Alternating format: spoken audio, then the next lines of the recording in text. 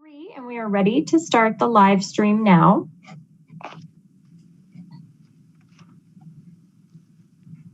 I will now call to order the study session meeting of June 7th, 2021. Due to the COVID-19 pandemic, this meeting is being held electronically, and members of the council are participating remotely pursuant to the council's electronic participation policy.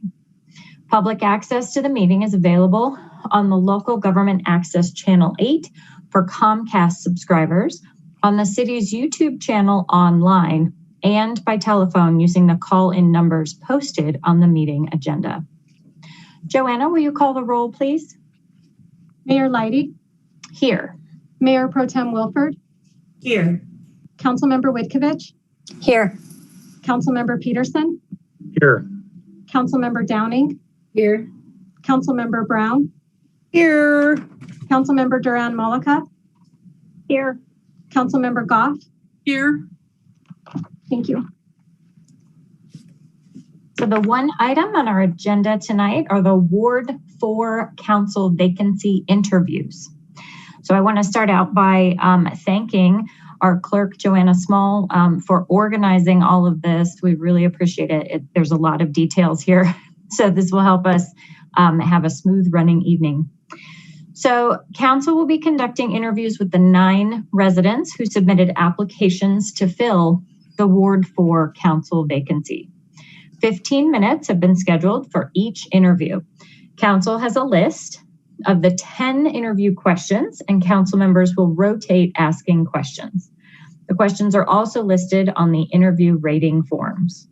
Council may ask applicants follow-up questions or to clarify their responses, but should not deviate from the set list of questions. Council can access the online interview rating forms from the links in the email, so hopefully we all have those. Council members should rate the applicant's responses and submit the ratings at the conclusion of each interview. The data will be used as a starting point for discussion. If council cannot access the online forms, we have copies, but I think we're all set, so that's great. So we will begin. We can welcome Christopher Barrera. So thank you for joining us tonight. And I will kick us off with the first question. It says, please introduce yourself and tell us why you are interested in serving on our city council. Hello, guys. My name is Christopher Barrera. I've been a resident in Ward 4 since 2008, and I am interested in running or being chosen for the position for City Council Ward 4 because I believe that my generation is really, I guess you can say in a sense, not really represented within our council, and I wish to change that. Okay. So Mayor Pro Tem Wilford, you are up next for question 2. Perfect. Thank you, Madam Mayor. Chris, also, thank you so much for applying. It's good to have you here today. In your view, what are the top challenges currently facing the city of Northglenn, and how do you feel the city should address these challenges? The top 10 that I've noticed within the city of Northglenn, and specifically in my ward, is the increase of crime activity. I've been noticing a lot of break-ins, auto thefts, drug use, and just a really negative change from when I remember being raised in Northglenn. So that I would say would be my top one. The second one would be homelessness. There's been an increase in homelessness within the summer months, a lot more than what I remember them being. The second one would be, I would say, a lot of traffic concerns, speed racing in our neighborhood, specifically in the late hours. I walk home after my shift usually ends at 6. So I notice a lot of speed racing, specifically on 112th and Huron. A lot of speed racing throughout that area. And I would say that the number 4, was that my third? I just want to make sure. Yeah. Okay, so my fourth one would be community outreach efforts. I'm noticing that there is a really big language barrier between our residents, and I I've lived my whole life being bilingual, so I've never had that issue. So I know I can be very big assets in having that changed. And for my fifth issue, I would say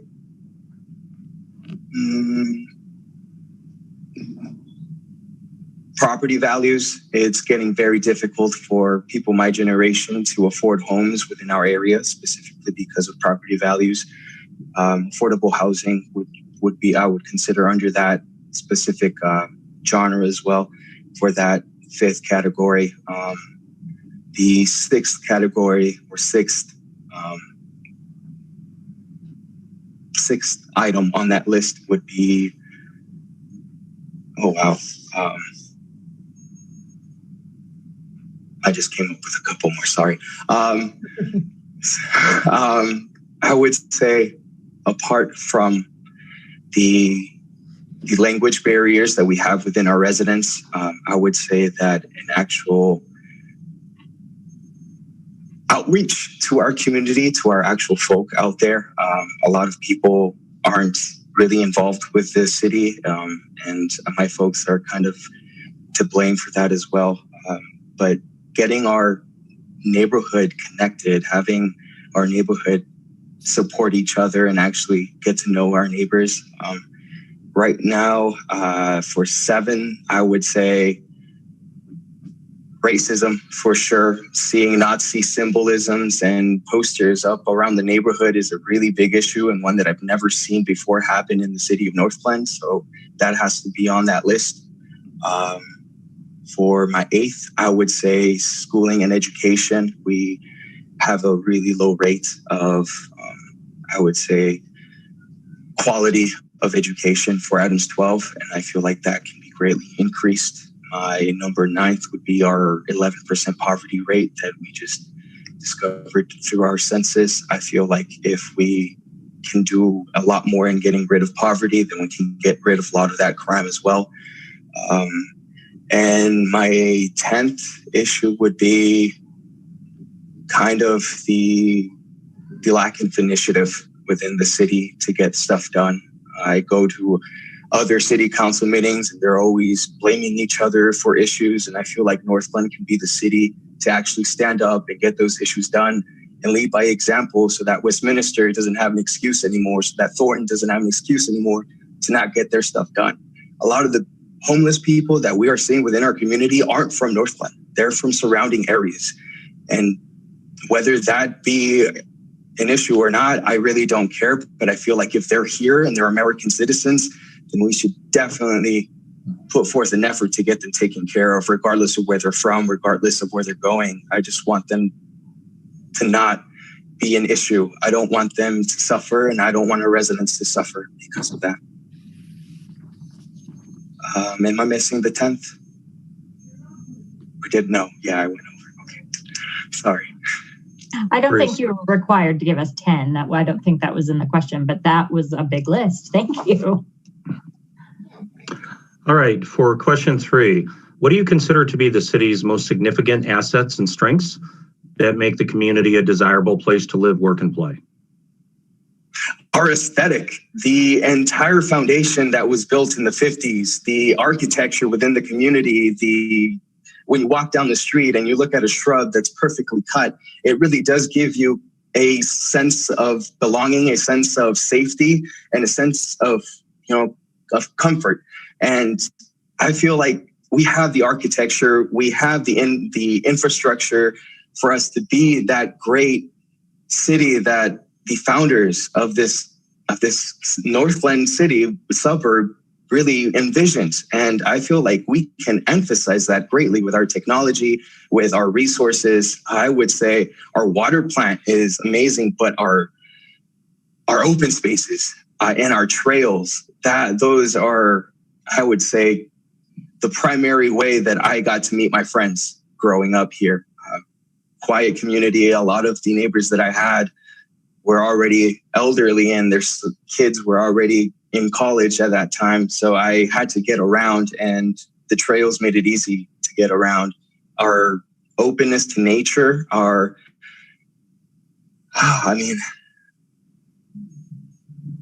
I don't know if you guys ever been to Mystic, Connecticut, but I get that vibe from Northglenn. Ever since we moved here when I was a kid, it always felt like Nuketown, like the place that you want to be, the place that is going to change your life for the better. And I feel like those are our strengths right now that we have as a community, is the closeness that we have, our proximity to each other, and the fact that we can be so connected through these trails. But yes, I would say that those are pretty big ones. Thank you. Okay, I've got your next one. Thinking about those assets and strengths, what do you consider to be the most significant issues that threaten the ability of the city to sustain them? Threats. Well, I mentioned crime before. My household has been a pretty big target, from eggs being thrown at our cars to our cars being broken into, to property damage. We had to set up cameras in front of our house. I got on the neighborhood app. I think it's called Nextdoor, and I found out that I wasn't the only one, unfortunately. So I would say that the crime rate right now and the frequency of it is what's really endangering our community and our assets that we have built up so far. Great, thank you. Hey, I like how you have your picture, Christopher. Very nice. What is your vision for the future of Northglenn? A self-sustaining Northglenn. I want Northglenn to be a microgrid. I want Northglenn to have solar panels on any corner, on every corner. I want bird-safe wind turbine set up so that we are producing all of the energy that is needed within our community. If we can reimburse our residents from the amount of energy that we are consuming and that we aren't using, that would benefit my target at eliminating the poverty rate within Northglenn. We have the energy. We get sun almost 365 days out of the year. I feel like we should definitely be tapping into that. And it goes so much more beyond that. Our transportation system is ridiculous. I will have to walk because it takes me about an hour of a wait for the bus to drop me off in the same amount of time that I could walk it. It doesn't really make sense to have RTD here if they're not really meeting our needs. I want to be able to either expand on that or figure out a solution for our residents to be able to get around within Northglenn specifically a lot more better than that. I feel like we could achieve that. I want to see a Northglenn that is 30, flirty, and thriving. I don't care about how old it is. I don't care about how long in the dirt it's been. I see a Northglenn that is worthy of fighting for, worthy of being renewed for the better of all its residents. I don't want to keep seeing the same things and the same issues that I've been seeing since I was 10 years old here during the recession. I want to be able to have that certainty that my neighbors are getting taken care of, regardless of me going up and checking on them regularly. I want to have that comfort in knowing that my neighborhood is the neighborhood where people want to be. They want to live by our morals, by our code, by our lead. I want Northglenn to be an example for the future. I don't want Northglenn to be a follower. I want the city of Northglenn to establish what the future is and how we get there. And I really feel like we're capable of that. Just a clarifying question. What did you mean by 30-40? 30, flirty, and thriving. It's a phrase out of a movie. But what does it mean to you? To me, it means that regardless of what you've been through, regardless of your age or whatever people present to be an issue, I know Northglenn can get over that. I know Northglenn can surpass that and thrive. Thank you. I was just trying to figure out whether you were talking ages or where you were coming from or buildings or because the city's 50 now. Okay, I'm done. I think it's my turn. Hi, Chris. How are you? I'm doing great. Thank you. Good. My question to you is the median age in the city is 33, and our city is rapidly changing. What is your approach to attempting to meet the needs of all of our residents at all phases of their life? Well, that's kind of a difficult question because I'm not a 33-year-old. I just barely turned 24. Well, for my generation, what we've been brought up with the meaning of community is volunteering, going out, taking care of your neighbors, just a mutual understanding of respect and integrity within our residents.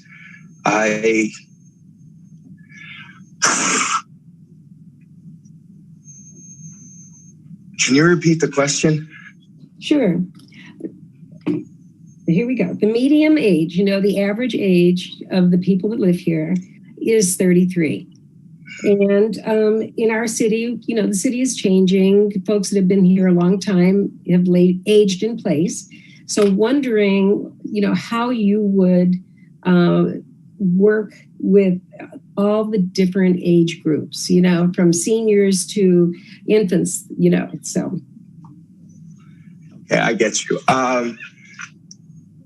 What I'm currently doing, what I was born doing when we first moved into the neighborhood was my parents' constant, telling me, go check on the neighbors, go check on Nancy, go check on Tom, go check on Rebecca, go check on Fred, go check on your neighbors. And there was one resident that I would, her name was Janet, and it's really sad, but after I would come home from work, I live on Niagara Avenue, and Northglenn High School is like right around the corner. But every day I would come home freshman year, and I was either working on her garden. I liked to garden because my parents were farmers, so I would help her with her garden. And one day I noticed that she wasn't there anymore. And as time went by, I noticed that the house went up for sale. And when I asked the residents that moved in what had happened, they told me that the lady had passed away inside the house. And I was devastated from that. I made it a core value for myself to always go out and check on my neighbors regardless of their age. I just want to make sure that they're okay. So now I go up and down the street, even to the neighbors that I don't like, or to the neighbors that don't like me, and I check up on them, or I put in the trash bins, or I go about making sure that their day is a little bit easier to go through. So I feel like when it comes to volunteering and when it comes to caring about your neighbors, when it comes to caring about your community, age isn't a factor. You're willing to do whatever it takes, work with whoever you need to work with in order to get it done.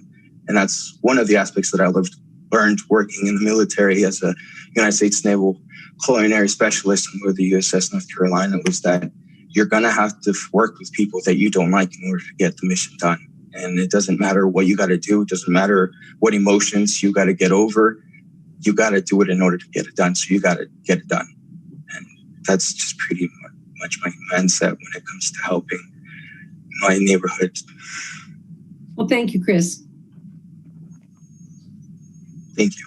Mm-hmm. All right. I have your next question. In what ways do you think diversity and inclusivity are important to the city? And how would you promote diversity, equity, and inclusivity as a council member? I will start learning different languages. I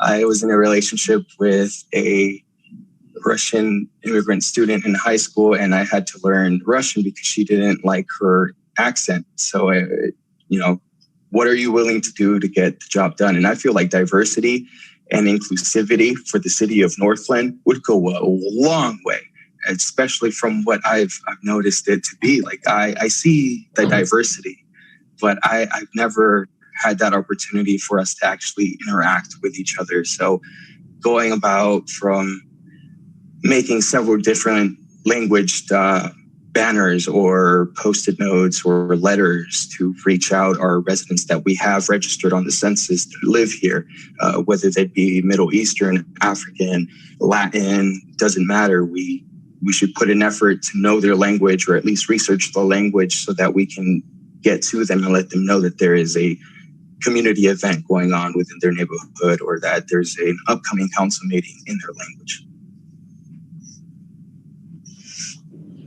Thank you. Thank you. Flow on that. Hi, I've got the next one. We've observed an increase in people experiencing homelessness in our city. What do you believe is the cause of homelessness, and what should the city's role be in addressing the issue? There's several causes for homelessness. My family ourselves were almost homeless during the recession in 2008. We almost lost our house, and we almost lost everything after just moving here from California. So there's so many factors, from drug use to depression, mental health issues, that I would say is the largest one, because if you can't operate within yourself, how are you going to operate at a job? How are you going to operate and make a living? How are you going to be able to operate with any society if you're not working well? I myself have PTSD, and there's certain medication that I have to take that if I don't take, I am a very aggressive person, and I don't like who that person is. So I have to make sure that I'm constantly taking that medication. But if it wasn't for my insurance, I would be homeless right now as well. I would have done a lot of things that I've been holding back. I definitely would have been in a lot of trouble right now. So I would say mental health for sure is number one, but there's a lot of issues, from family troubles to relationship issues to not being able to hold down a job because it's just not motivated, or society's just not even for you. I would say to combat those issues, again, reduce the poverty rate, make sure that your neighbors are getting the mental health, or at least getting the monetary funds for them to be able to pay for that, or to at least administer it to them through the city directly. There's so many solutions, from a self-sustaining shelter with all of your needs right there, from social to community reach to psychotherapy to whatever you need. And it's all running off renewable energy that's then also being rewired to your residents so that they're also taken care of. There's a lot of ways to combat this. We just got to put an effort into actually getting it done. Okay, thank you. Thank you. Okay, I've got your next question. On the city council, every council member and the mayor each have one vote. Given that you only have one vote, how do you plan to lead in this role? Well, if I'm a part of city council, then I'd be representing my people, my neighbors, my community. So it wouldn't be my decision, it'd be the community's decision. I would go about social media first and foremost, because that's where I know a lot of them are. So I would make a poll, like, hey, here's an issue and I want you guys to address it. Tell me your feedback. And if it's not something like that, then I can just do a panel and I can spread the Zoom meeting for that panel so that all the neighborhood knows, hey, this guy really wants us to represent us. This guy really wants to do what the people want, not what he himself wants to do. And I feel like I know that that's my only method of operating, is to give that vote to the people.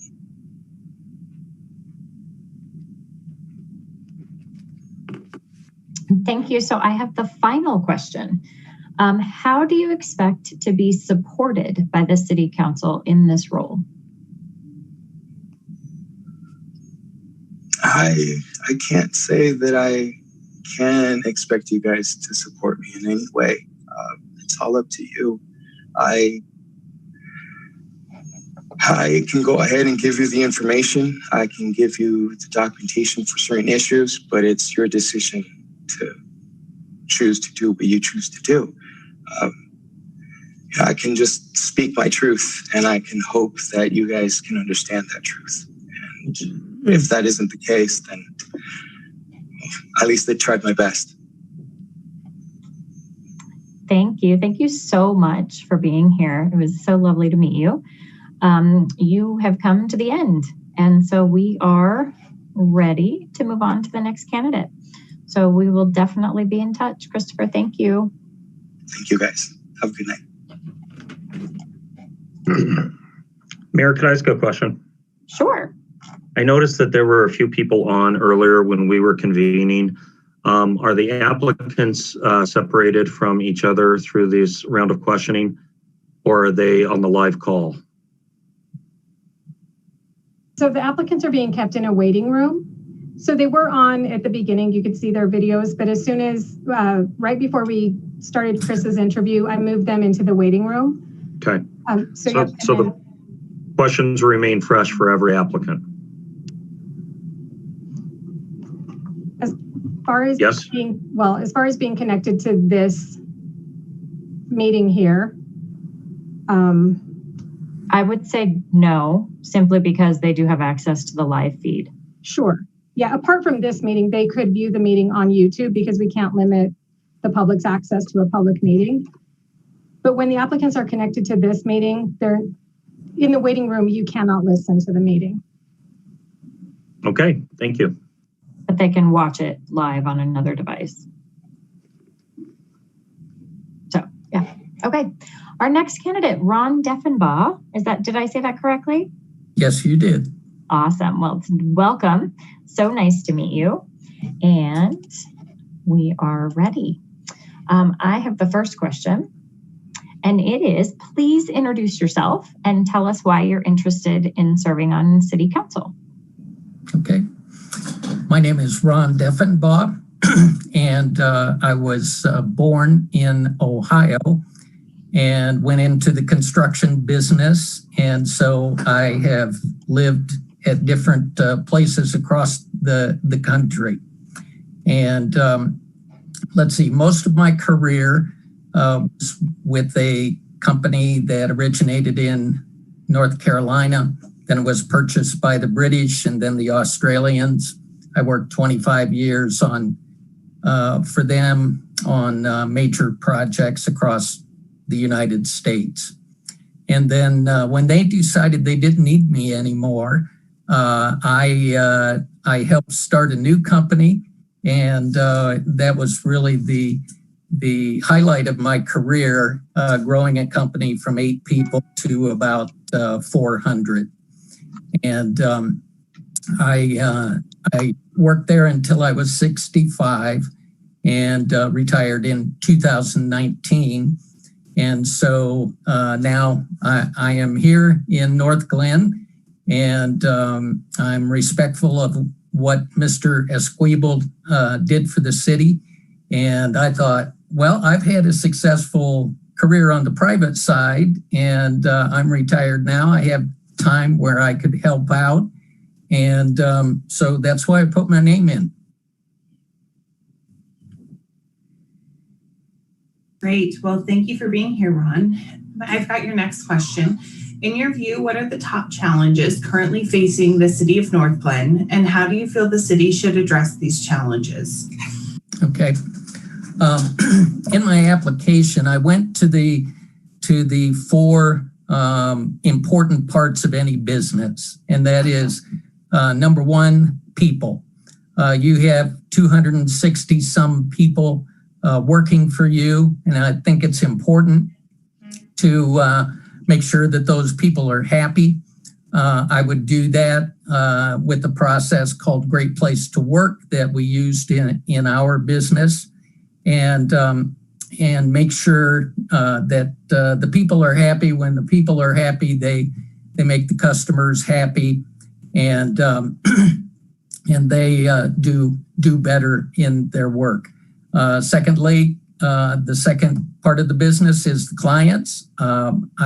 I'm not aware that you do a systematic survey of the community, but I think that would be a good idea to find out what the community thinks are the most important issues.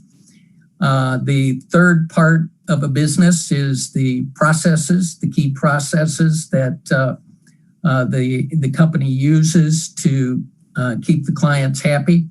And I can tell that you have identified many processes in the city government. I can tell that by the measurements that are kept. But I would just want to assure that all of the parts of the business are, the key processes are identified and measured. And then finally, the financial part of the business, which you seem to have a very good handle on. And I would just want to make sure there that the money is spent in accordance with the budget, and that with that the community is receiving the infrastructure and safety that it requires.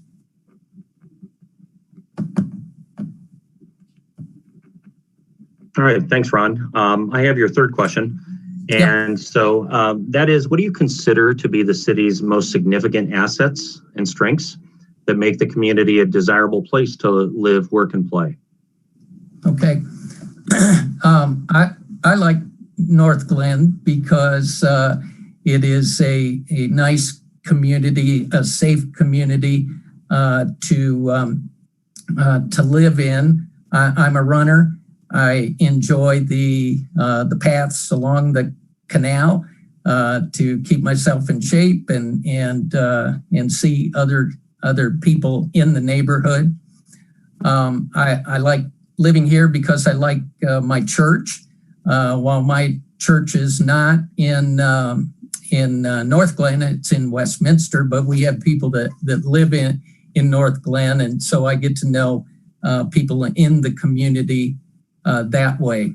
And I certainly admire the recent additions to the city structures, the police building, and of course now the big recreational center that's coming on. I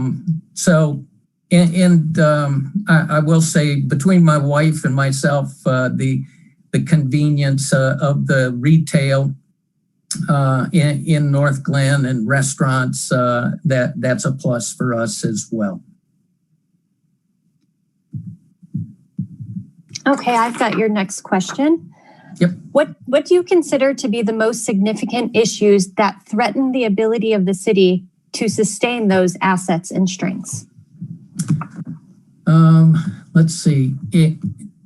I would want to make sure that financially we don't get too far out over our skis, if you will, and take on too much too soon. I live close to the Northglenn Shopping Center over here, where there are many empty retail spaces, and I would love to see that filled and thriving. I know it can happen because if you look at Texas Roadhouse that's in there, they're packed all the time, and so I think if the right businesses are there, that things can be turned around. And I believe I saw in the plan where there is a cinema project planned for there, like there was in the past. So the growth I think is important to maintain to keep the city thriving as it is. Hi. I'm going to have your next question, I believe. Okay. What is your vision for the future of Northglenn? My vision, let's see. In my response, I mentioned, first of all, that I like the vision that you have. I love the wording, small town character with urban energy. And I would like to see that. I think that vision is somewhat realized, but I think we could do better, especially on the urban energy side. I would like a city where people can thrive physically, mentally, spiritually, and socially. And I know that differs from person to person, but having the freedom and the liberty to fulfill those things, I think is what we want to give the people that live here. Also, I mentioned that we want a city where there's no favoritism or bias in the community, and that even if we are different, when we work together with our differences, we can use those differences to become stronger, and they outweigh the weaknesses that we might have.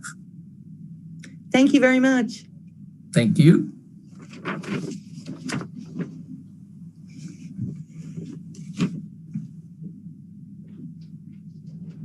Hi, Ron. I believe it is my turn. My question is, the median age in the city is approximately 33 years old, and our city is rapidly changing.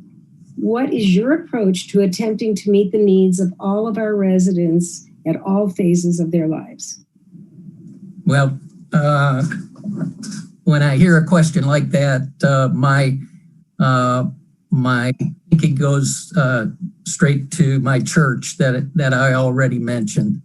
I would like to see our community meet the needs of all ages, from 6 to 90 or whatever, and I think it is doing that. We have our grandsons over here about every week, and we enjoy the park that's down at Livingston and Kennedy there. I forget the name of it, but we go there. My father-in-law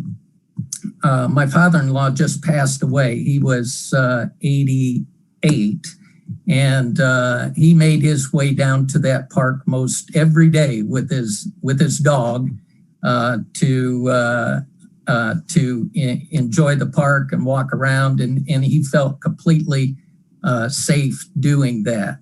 And so our family, we have little kids. We have had older people. I'm retired myself. We have a son who's in the real estate business, who loves selling property here in this area. So I'm thinking that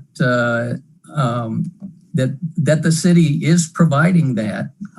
Can always do better, but I think it's providing for the needs of all different ages of people. Thank you very much. You're welcome. All right, Ron, I got your next question. So, in what ways do you think diversity and inclusivity are important to the city? And how would you promote diversity, equity, and inclusivity as a council member? Yep. I actually applied for the diversity, the DIE board, or whatever it was called. And I like the fact that there are many kinds of people that live here in Northglenn. And as I said before, diversity is a strength if you use it in a positive way to find best solutions rather than dividing.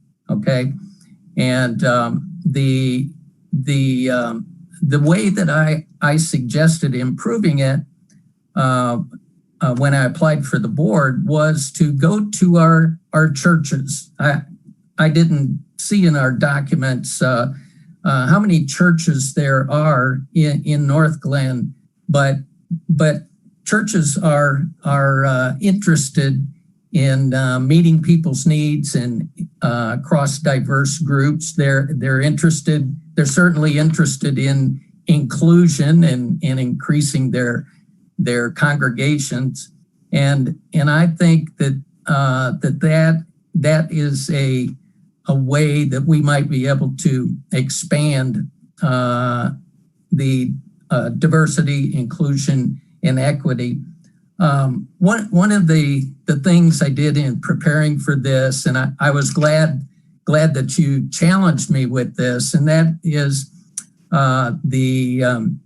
it said that if we are fortunate enough to be selected, we have to swear to uphold the Constitution of the U.S., which I'm familiar with, but the Constitution of Colorado as well. And the preamble to the Colorado Constitution says, with profound reverence for the supreme ruler of the universe. And that was a pleasant surprise for me. And so I think using that profound reverence for the ruler of the universe is a good way to try and work on some of these problems that include working together and living together. Great, thank you. You're welcome. All right, now it's my turn. We've observed an increase in people experiencing homelessness in our city. What do you believe is the cause of homelessness, and what should the city's role be in addressing the issue? Okay. I would only have to guess on the causes. I'll be upfront. I'm not a supporter of this legalized marijuana, and I believe that across our state that is causing problems with people and their lives and their occupations. So I think that could be a reason. There are oodles of jobs out there at the present time, and so I don't think it's a matter of people not having places to work. I believe I saw where there's an effort in the city to help people that are having mental problems and having trouble and helping them get right and find work. And I think that approach would go a long way to solving the problem. Okay, thank you. Welcome. All right, Ron. On the city council, every council member and the mayor each have one vote. Given that you will only have one vote, how do you plan to lead in this role? How do I plan to lead? Yes. Yeah. I'm assuming before you vote, you have discussions on things, and I'm a guy that's always done my homework and would be prepared for those discussions. I'm also a good listener and would be willing to change my view if I see a better way to do something. I mentioned in my response, I'm a big fan of Stephen Covey. His habit number 5 is seek first to understand, then to be understood. So it does take some empathic listening. And then the other book I mentioned is Crucial Conversations, where the main premise there is to have mutual purpose. And I love the fact that we have a strategic plan with vision, values, and mission.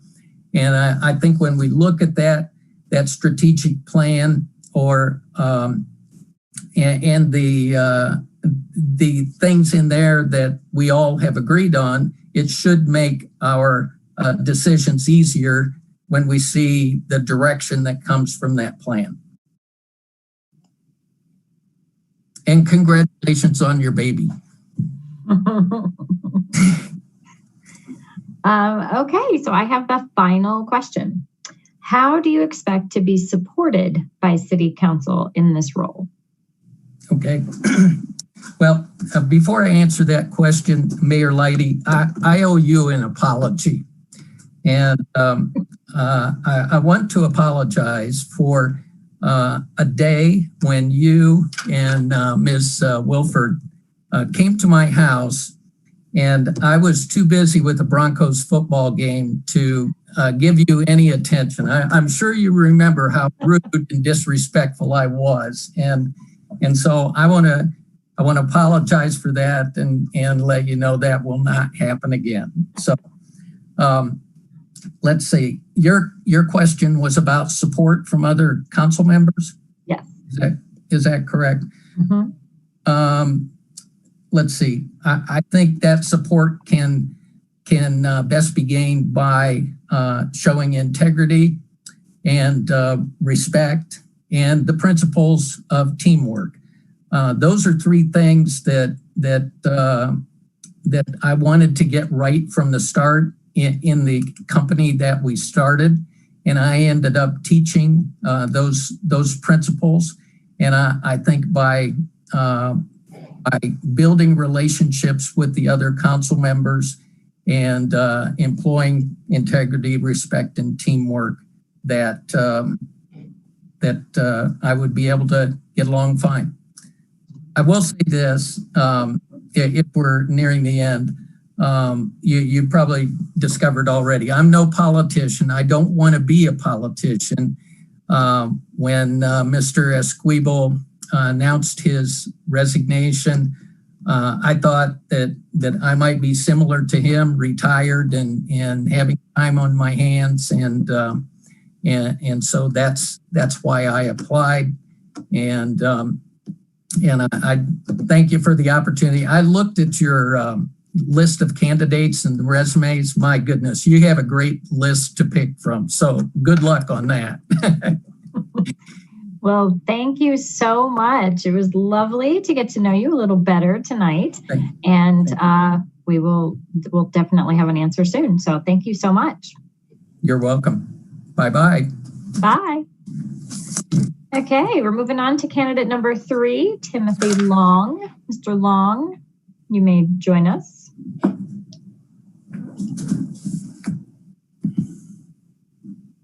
Hello.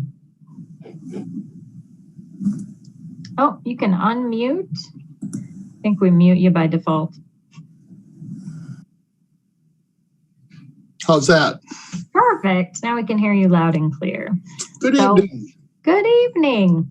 So I get the first question. Please introduce yourself and tell us why you would like to serve on City Council.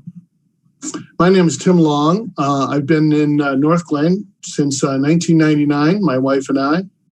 I'm here to really serve the people of Northglenn with some new ideas and going forward.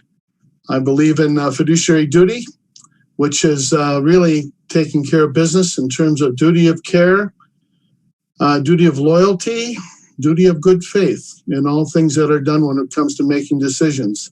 I feel that I can support and contribute in many things that have to do with business, strategic planning, board development, if it came to that. We do a lot of that ourselves, our teaching programs that we have. We're Northglenn based with our organization, which reaches across the country. And I think that some of those skills that I've brought to bear in terms of being a hospital administrator through the years, I'm making some difficult decisions in healthcare and medical decisions, physician recruitment, as well as merging hospitals. I think that my business understanding of finances will lend itself to what's taking place when it comes to differentiating a balance sheet from operations. And yeah, I think I'll leave it at there. Good to see you, Tim. I've got your next question. In your view, what are the top challenges currently facing the city of Northglenn, and how do you feel the city should address these challenges? The challenges in Northglenn are not unlike anything else we're seeing across this great country of ours. There's a certain points of view that I think need to have a dialogue and a viewpoint, but I think we owe it to ourselves to be active listeners and really understand everyone's point of view, everyone's statement. My situation looking at, I would say that some of the things I'm seeing with ransomware and the things that are a little bit scary out there can affect the smallest of communities as well as large hospital systems. And I think the preparedness is something we need to look to in terms of our IT program. We certainly are doing that at the fire district. And some of the other things I'm seeing are Oh, I have a senior contingent, you might say, in my neighborhood, and they have needs, and they're always worried about this or that and who's going to be there when it comes to COVID and how long we have to wear masks and when will the rec center be open? When can we talk? When can we get together again? It's some of those things take, I think, a little speed dash and accuracy and just some sensitivity to what might be taking place. The other thing that I'm always looking to is first responders, like the firemen and firewomen that we support with their emergency medical services. We've been trying to stay on top of that throughout this district of ours, our fire district of 150,000 people, inclusive of Broomfield and Northglenn. And what I'm seeing is we are always in need of training, and we don't want to find ourselves short-staffed in needs when it comes to having the right kind of female power and manpower to do the right jobs.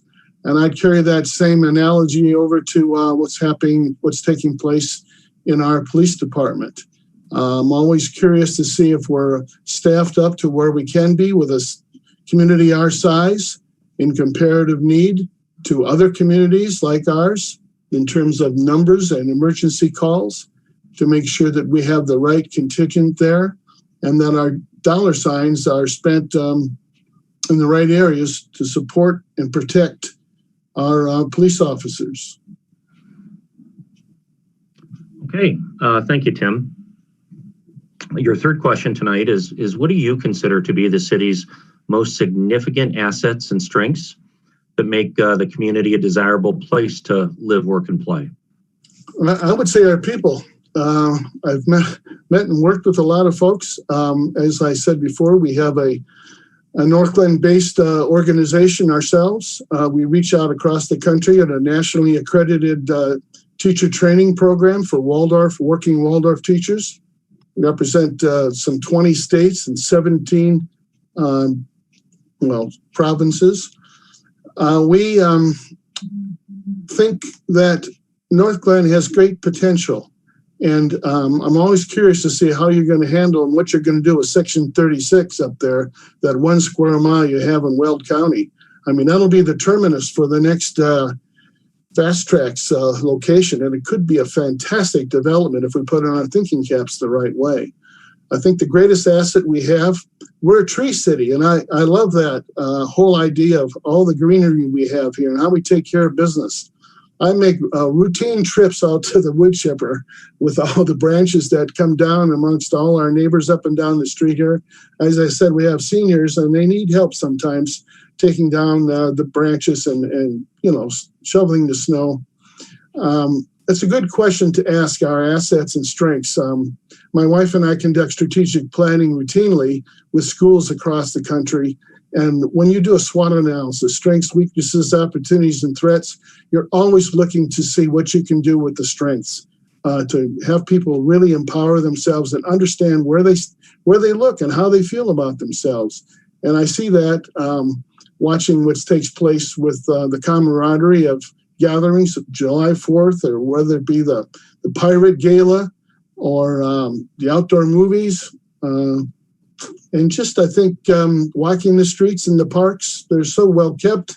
I'm always giving the high sign to the folks that work around this town. I'm very impressed with that staff. And what Heather's done with her team is excellent. All right, Director Long, I've got your next question. What do you consider to be the most significant issues that threaten the ability of the city to sustain those assets and strengths? Sales tax, money, property taxes. Your TIF monies ran out in 2017. You're going to have something to keep things going in that way in terms of development. But sales taxes and keeping your business alive and well is really essential, as you well know. So keeping those places thriving, keeping the marketplace always staffed, and having the right development group working there to keep the negotiated prices, you might say, for amongst the developers paying rent. I see the new groups that have moved in at the marketplace. Again, sales tax is up.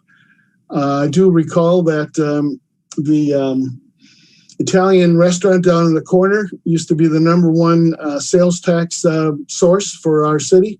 And it was closed during this terrible COVID situation. So I'm hoping that opens soon and gets back on track. I'm very concerned with money. As you might expect, I'm the treasurer of the fire district, and we watch our shekels very carefully with what's in reserves and yet what we budget for capital development. You still have to keep the streets and all of the vehicles running and everything in proper working order, and yet give people a fair wage and benefits and all the like. So the dollar signs, what it takes to keep that going is always crucial and key. So that's your economic engine that always has to be there. Used to work for the Sisters of Mercy, and they always used to tell me, no margin, no mission. So I'd say the same thing runs true for our city.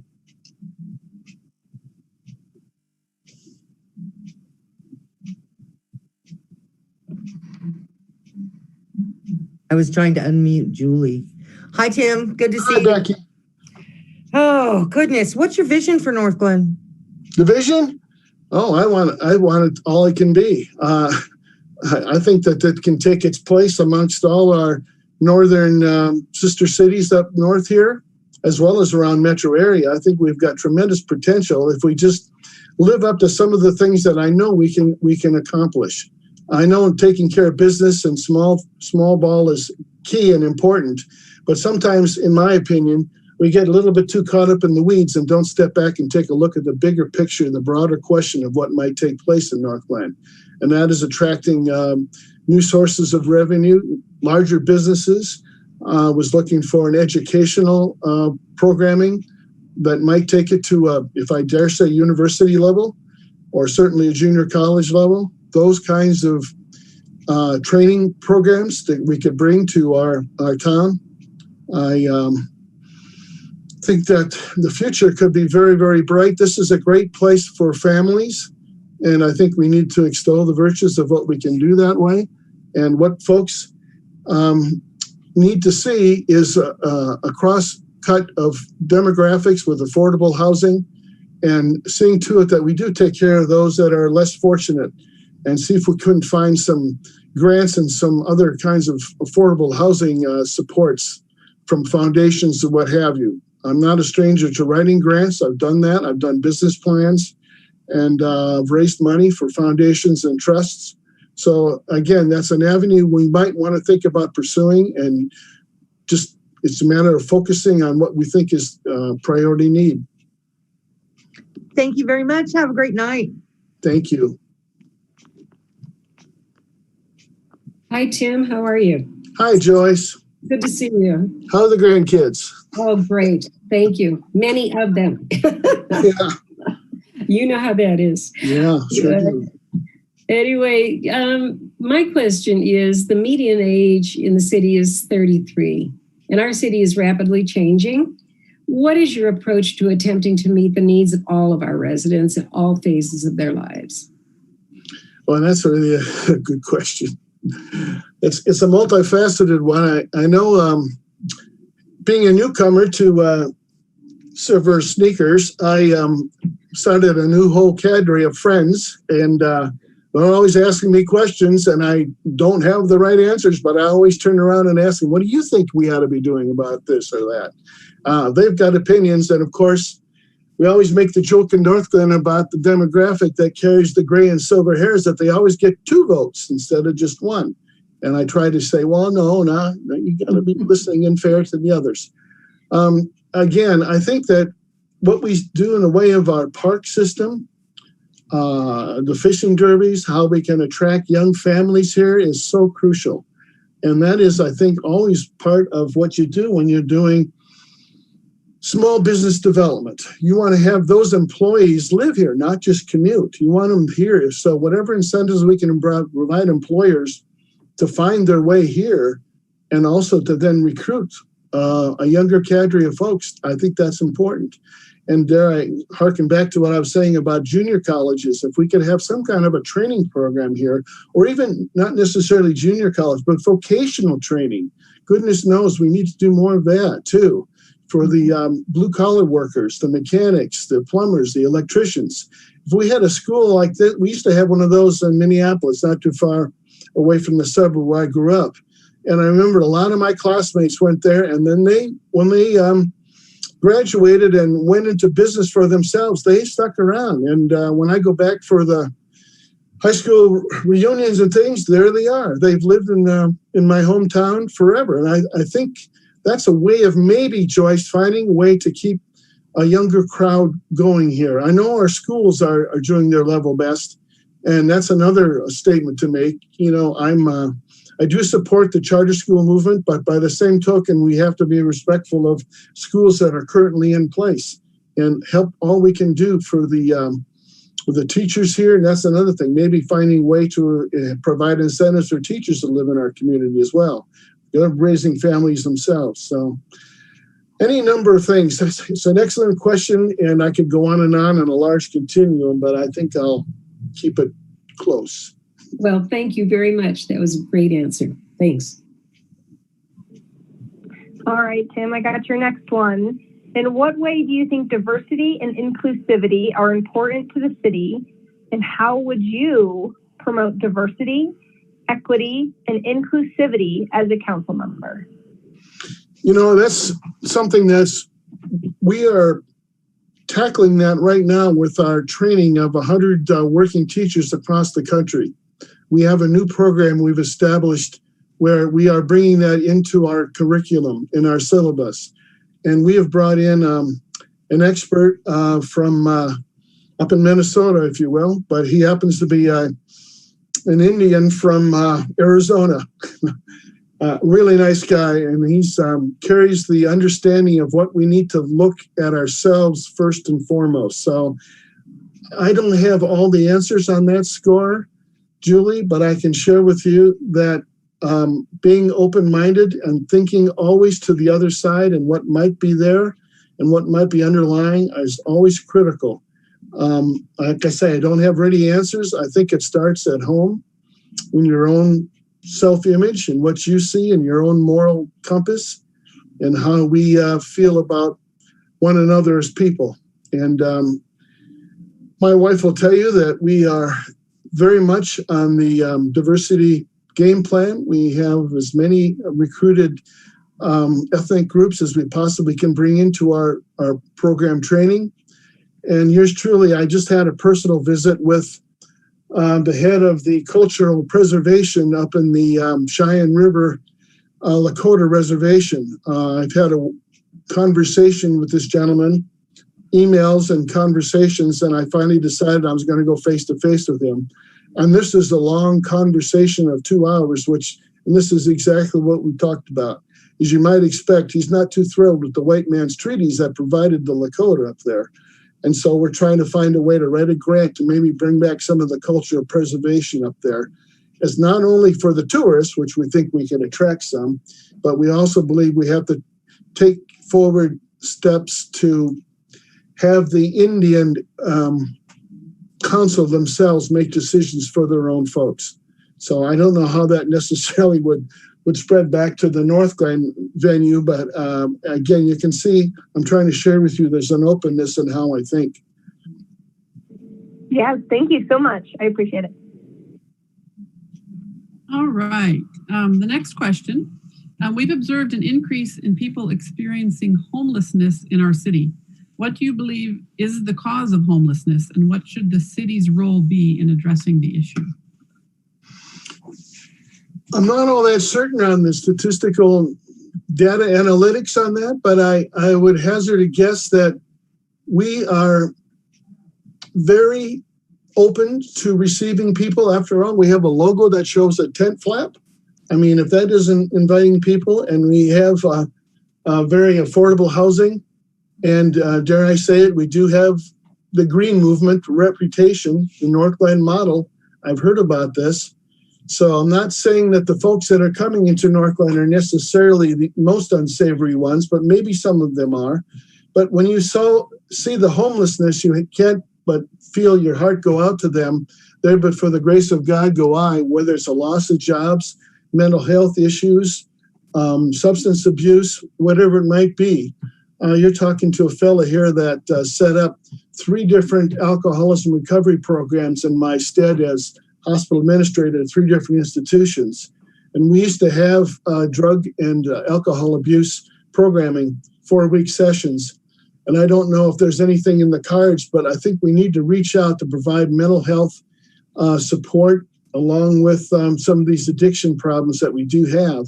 And whether or not we formalize that, working with SCL in our midst, I don't know. But there's something I'm thinking that along those lines, because behind the homelessness, there's cause and effect. And again, I'm very mindful of the fact that the women of the family tend to be the ones that have to end up taking care of the little ones. And that's always a challenge in this current situation. Perhaps working with the charities that are alive and well here in Northglenn. I'm thinking mostly of the Catholic charities. Okay, thank you.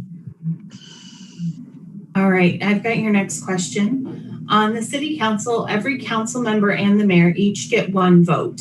Given that you will only have 1 vote, how do you plan to lead in this role?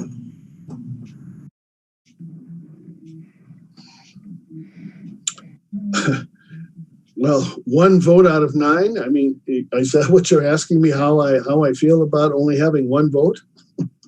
I mean, I'm trying to understand the substance of that question. I currently serve on the North Metro Fire Rescue District. There's 5 votes there, and I must share with you, we're not always unanimous. As Ashley has witnessed, sometimes we're not always on the same page, and that's perfectly okay. It's okay to have differing opinions. And I will share this with you. I don't take it as a personal affront. If you disagree with me, I would respect you. But again, I'm not going to castigate or take offense. It is what it is. And I'll add this. There's a part of one of the questions had to do with emotions and whether or not you can stay level-headed and objective. Nothing in this world has ever been done without passion. But that doesn't mean necessarily that you need to be abusive with that point of view. Okay, thank you. I have the final question, Tim. How do you expect to be supported by City Council in this role? I think the most important thing, I mean, from fellow sister council members, is that what you're asking? Yeah. I think it's just having an openness and an understanding that we always need to get to the facts if we can find them. Data analytics are important to me, and the support I would receive from you folks from different points of view, if there are any, are very vital to understanding what takes place. I always think of what a reasonable person, prudent person would do in a similar position that I would be in. And that's why I'm always, I like to call myself a likable problem solver. And I will tell you, there's always more than one right answer also. So it's just a matter of points of view. I would look to you folks to share openly what your thoughts are. I don't believe in any hidden agendas. As Ashley will tell you, I sometimes stand up to the chagrin of the other members of my council at board of directors at the district. But we always come out in the end with a good bonhomie, a good feeling, a charitable one. And I always find that humor really goes a long way sometimes in getting on the other side of obstacles. So I would expect that as I would treat you, you would treat me with fairness and openness. Great, thank you. Well, we really appreciate your time this evening. As you know, we have quite a few more candidates, so we're going to get moving, but thank you, and we'll be in touch. Thank you for the consideration. I appreciate it. Sincerely, thank you. All right. Moving on to candidate number 4, Shannon Lukeman. Oh, I don't want to butcher this, so I'm going to let her introduce herself. Is she here?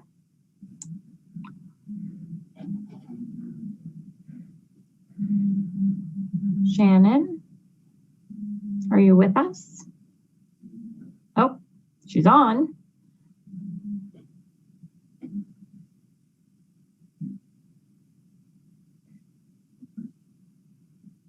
So Shannon, I don't see, so your camera's not on. You might still be connecting maybe. And we don't have any audio.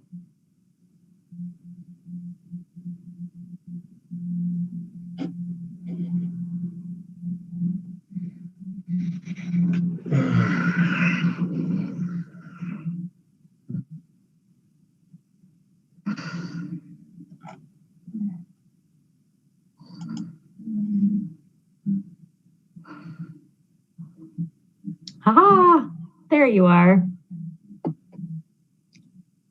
Shannon, can you hear us?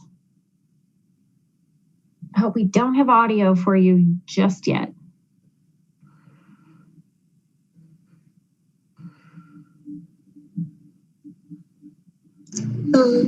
Hello, can everyone hear? Yes. I'm frozen. Oh. Okay, I think I'm back. Yes, you okay, are great. back. Thank you so much. Sorry. So I had a terrible fear of mispronouncing your name, and I have question number 1, which is great because it says, please introduce yourself and tell us why you are interested in serving on City Council. Great. Well, first of all, thank you so much, Madam Mayor, for this opportunity and for everyone here on the council. I'm very appreciative in the first place. My name is Shannon Lukman Hiromasa. Hiromasa is Japanese, and my husband is Japanese. I'm actually Puerto Rican, but he's Japanese. So if I had my Puerto Rican name, it would be Shannon Lukman Cortez Hiromasa, which is pretty hard to say. That's quite a mouthful.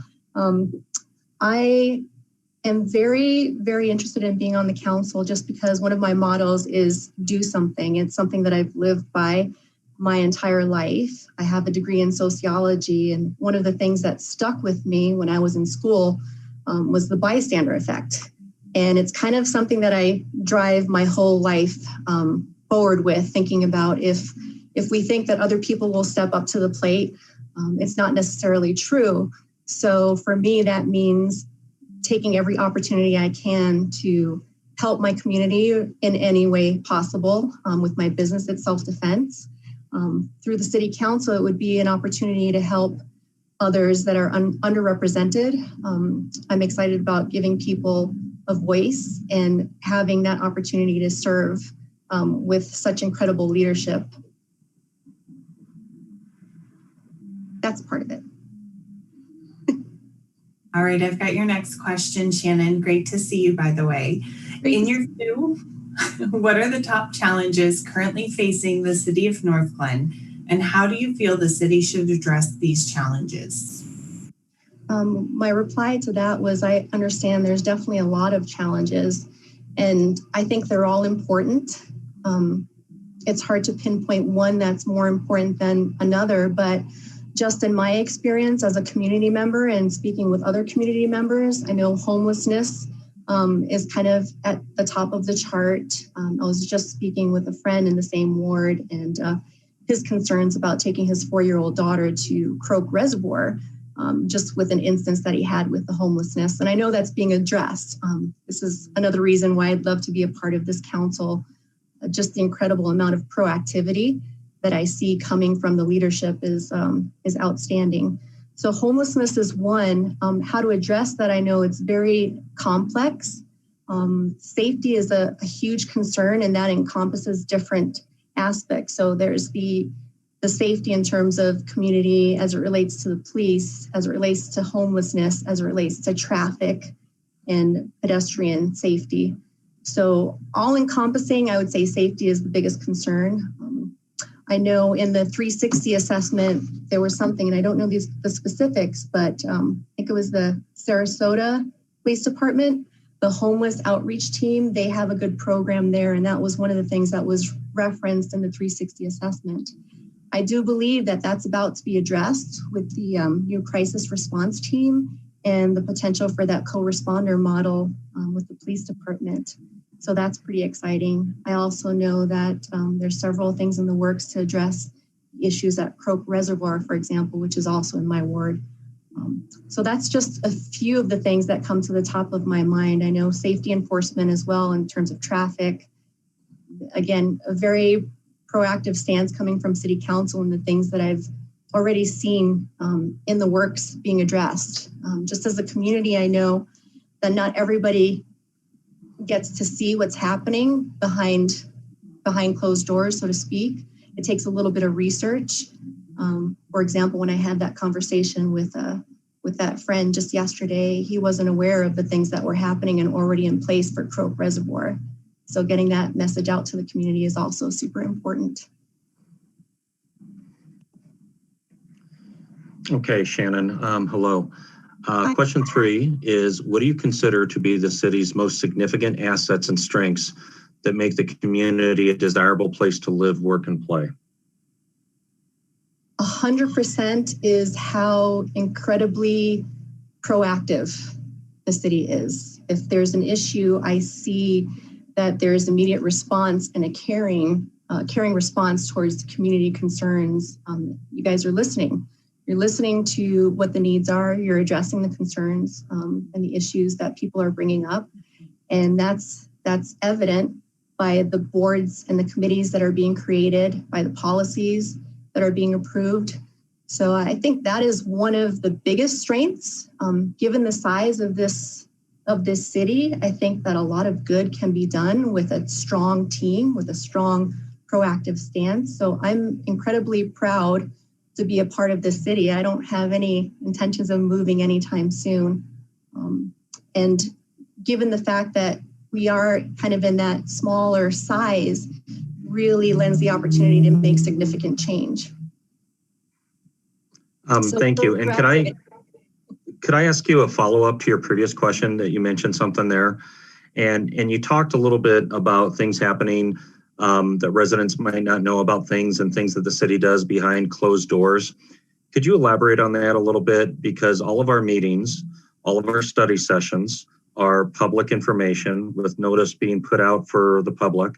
All of our committees and openings are advertised in the Northglenn Connection and other social media outlets. So could you talk a little bit about that concept of behind closed doors, if you would, yeah, please? Absolutely. That was probably the wrong term to use, and that's not what I meant. What I meant was, and it actually, the responsibility falls on the citizens, because I do actively go and seek to look at the study sessions or to look at the Northglenn Connection and read up on that. So I guess that's not really the term that I meant, because you're right, everything is fully transparent. I agree. So it's more from the perspective of the citizens maybe not accessing all of those resources, or if there's other ways to connect with the community as well. And I know that responsibility definitely falls on us as residents, because the council is putting it all out there and it's fully transparent. So that's not the correct term that I meant. It was more of not closed doors, but just maybe people not seeing it, even though it's out there. So it's more of a responsibility to somehow get that word out more, even though there's so many different avenues available for people to find out information. Absolutely, I agree with that 100%. I guess it would be difficult to find more ways to reach out in the community. COVID's probably put a bit of a damper on that. So now that things are opening up and having more community events will probably give, I guess, more knowledge to people as to where they can be directed to find those resources and that information. It was just one example of somebody who didn't know what was going on with Croak Reservoir, and it is out there. It's out there, and I just saw that last study session. So I'm definitely appreciative as a resident, and I'm the type of person that I'll go and I'll research and I'll educate myself on all that I can. So it's just a matter of being able to get that out to more community members. But thank you very much. Definitely not closed doors, not what I meant. Okay, Shannon, I've got your next question. Kind of a follow-up to Councilman Peterson's question. What do you consider to be the most significant issues that threaten the ability of the city to sustain the assets and strengths that you just spoke about? not engaging, or community members not engaging as much as they should, or to follow up on what I just said, maybe not taking on the responsibility of finding out more information. I do believe that COVID has been a difficult year in terms of reaching people as in prior years and getting that information out in terms of the assets. I think one of maybe the most difficulty in sustaining those assets right now is also the unprecedented growth. I know there's a lot of growth and we're a landlocked city, so that is something that's potentially going to be an issue.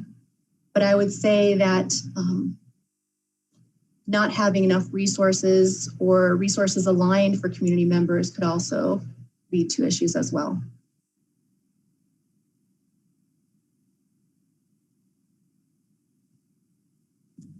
Hi, Shannon, it's my turn. Hi. What is your vision for the future of Northglenn? One of the reasons I joined the CCPP board was I deeply have that connection with the city, and I believe that transparency is key. So with transparency and all of the things that are being put in place right now, for me, the great vision of the city of Northglenn would be a role model, to be a role model for other cities, that other cities close to our size or even bigger, because everything's scalable, would be able to look upon the city of Northglenn and model some of the policies, model some of the programs, the committees, and the things that are being done to proactively make change and become a more diverse community and so forth. So my vision for that would be that everybody would look at the city of Northglenn and say, that's a place I want to live. That's a diverse place. This is a place that listens to its residents. Thank you very much. I appreciate it.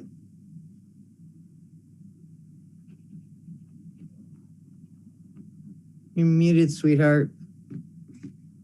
Who's muted? Here we go. I am. Okay. Thanks, Shannon. My question to you is the median age in the city is approximately 33 years old, and our city is rapidly changing. What is your approach to attempting to meet the needs of all of our residents at all phases of their lives? Right. It is a pretty young city in terms of the median age. And I think I read that only about 20% have a bachelor's degree.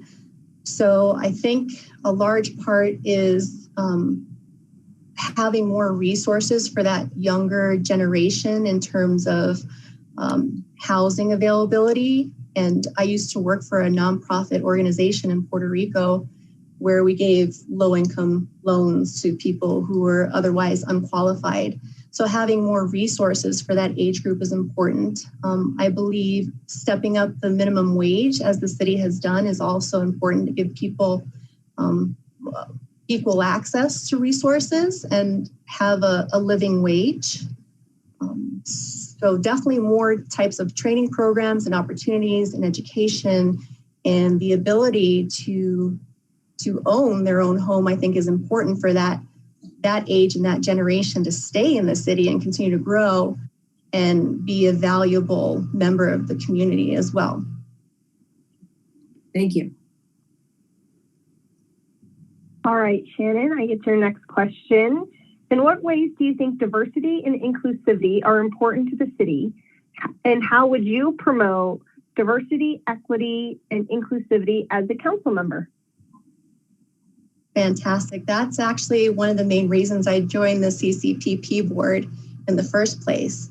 I am Puerto Rican by heritage, and I will say that my background, I came from abject poverty. I've known what it's like to have absolutely no resources. I've known what it's like to have to really fight to get to where I am.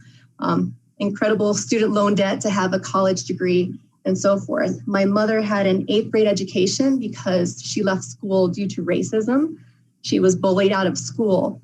So with that in mind, I think of just this opportunity as well representing people like me, like my mother, who never had the chance to give back to their community or have the resources that she needed when she needed them. So having that availability and being able to align those resources and include more people, like I'm a perfect example of wanting to be on this board. I'm a Puerto Rican female and entrepreneur. I have tried to break through as many of those barriers as I can. So going out in the community and actively being a role model for especially our youth, I'm 100% on board, and I feel so strongly that community outreach is important to the success of any city. You can have all these great things in place, but if you don't have the community interacting with you and supporting that, then it might not be as successful as it can. I am 100% to be a chance or give a chance to anybody that wants it. I'm passionate about working with youth and those that are disadvantaged. All of my life, I've worked in some capacity of working or being in a position of disadvantage, including women and children. I've worked with a lot of victims of abuse and so forth. I try very hard to be a role model for my daughters and to other young Hispanic women as well. So community outreach programs, going out and speaking with people. I tried to do that just the other day at one of the food truck events and Hispanic community members speaking. I speak fluent Spanglish. I used to speak fluent Spanish, but now it's more like Spanglish. So interacting with them on that level, I think is important. You're laughing. You know what Spanglish is, right? I would love to have you. Great. Thank you so much. I appreciate it. Hi. We've observed an increase in people experiencing homelessness in our city. What do you believe is the cause of homelessness, and what should the city's role be in addressing the issue? I believe there are a lot of things that lead to homelessness. My son has Asperger's autism, and I will tell you as a mother of someone who has a disability like that, that if it weren't for him having parents like myself and my husband, he would probably be homeless because his disability doesn't let him really function well or hold a job, even though he's extremely intelligent. So when I see a homeless person, there's definitely a lot of compassion that I feel for them. But I also understand that it's a safety issue, because when you listen to other community members that are taking their 4-year-old down, through a park, and then there's potentially drug paraphernalia, human waste, and just an unpleasant feeling, then that's another concern. So it's a very difficult issue. I understand it's very, very difficult, and it takes a team of people to address those issues, from the police working with community health providers. And that is a continuum. There has to be follow-up care. There has to be lots of resources in place. And I do know that the homelessness task force right now is absolutely fantastic. And then this crisis response team, that's also in the works that the CCPP board will have a chance to listen to on Tuesday and hear their proposal for a co-responder model, are all ways to address that. What is the cause? Mental health issues, I think, is a huge one for me. The lack of affordable housing. Again, from my own personal perspective, if I didn't have the means to help my son supplement his disability income, then there was no way, even with the cheapest affordable housing out there, that he could live on his own, just because it's very difficult for him to sustain a job due to his disability. So I don't believe there's any one easy answer, but there's multiple steps to take that can help address that. And I think a community response holistic approach, a co-responder model in terms of receiving calls and complaints about homeless people is very important, instead of saying, hey, you have to move, because it's a human issue, but it's also a safety issue. So you have one side of the community saying, I don't feel safe, and then you have a population that has nowhere to go.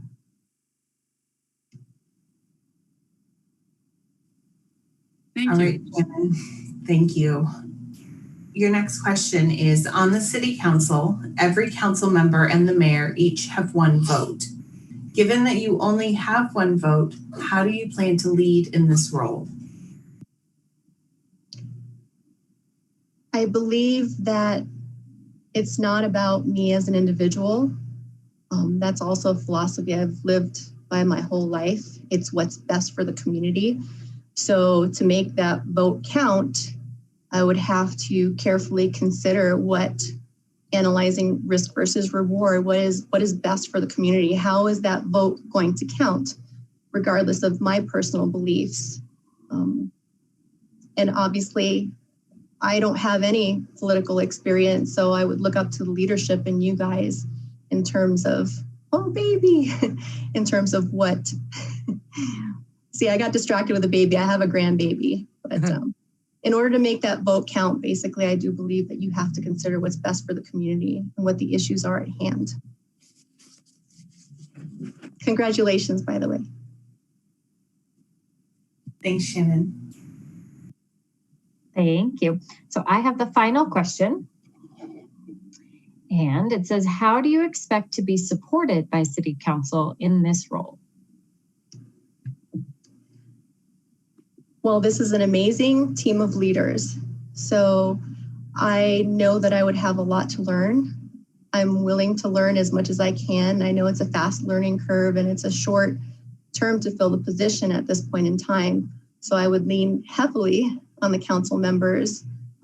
But I do know from what I've seen in the meetings that this is a very high speed, intelligent, very thoughtful, considering group. So I would expect that if I don't understand an issue at hand, that I could ask where I could find the resources or where I could study to learn more information, and that I could glean that off of you all who are the leaders and who are the experts at this point in time.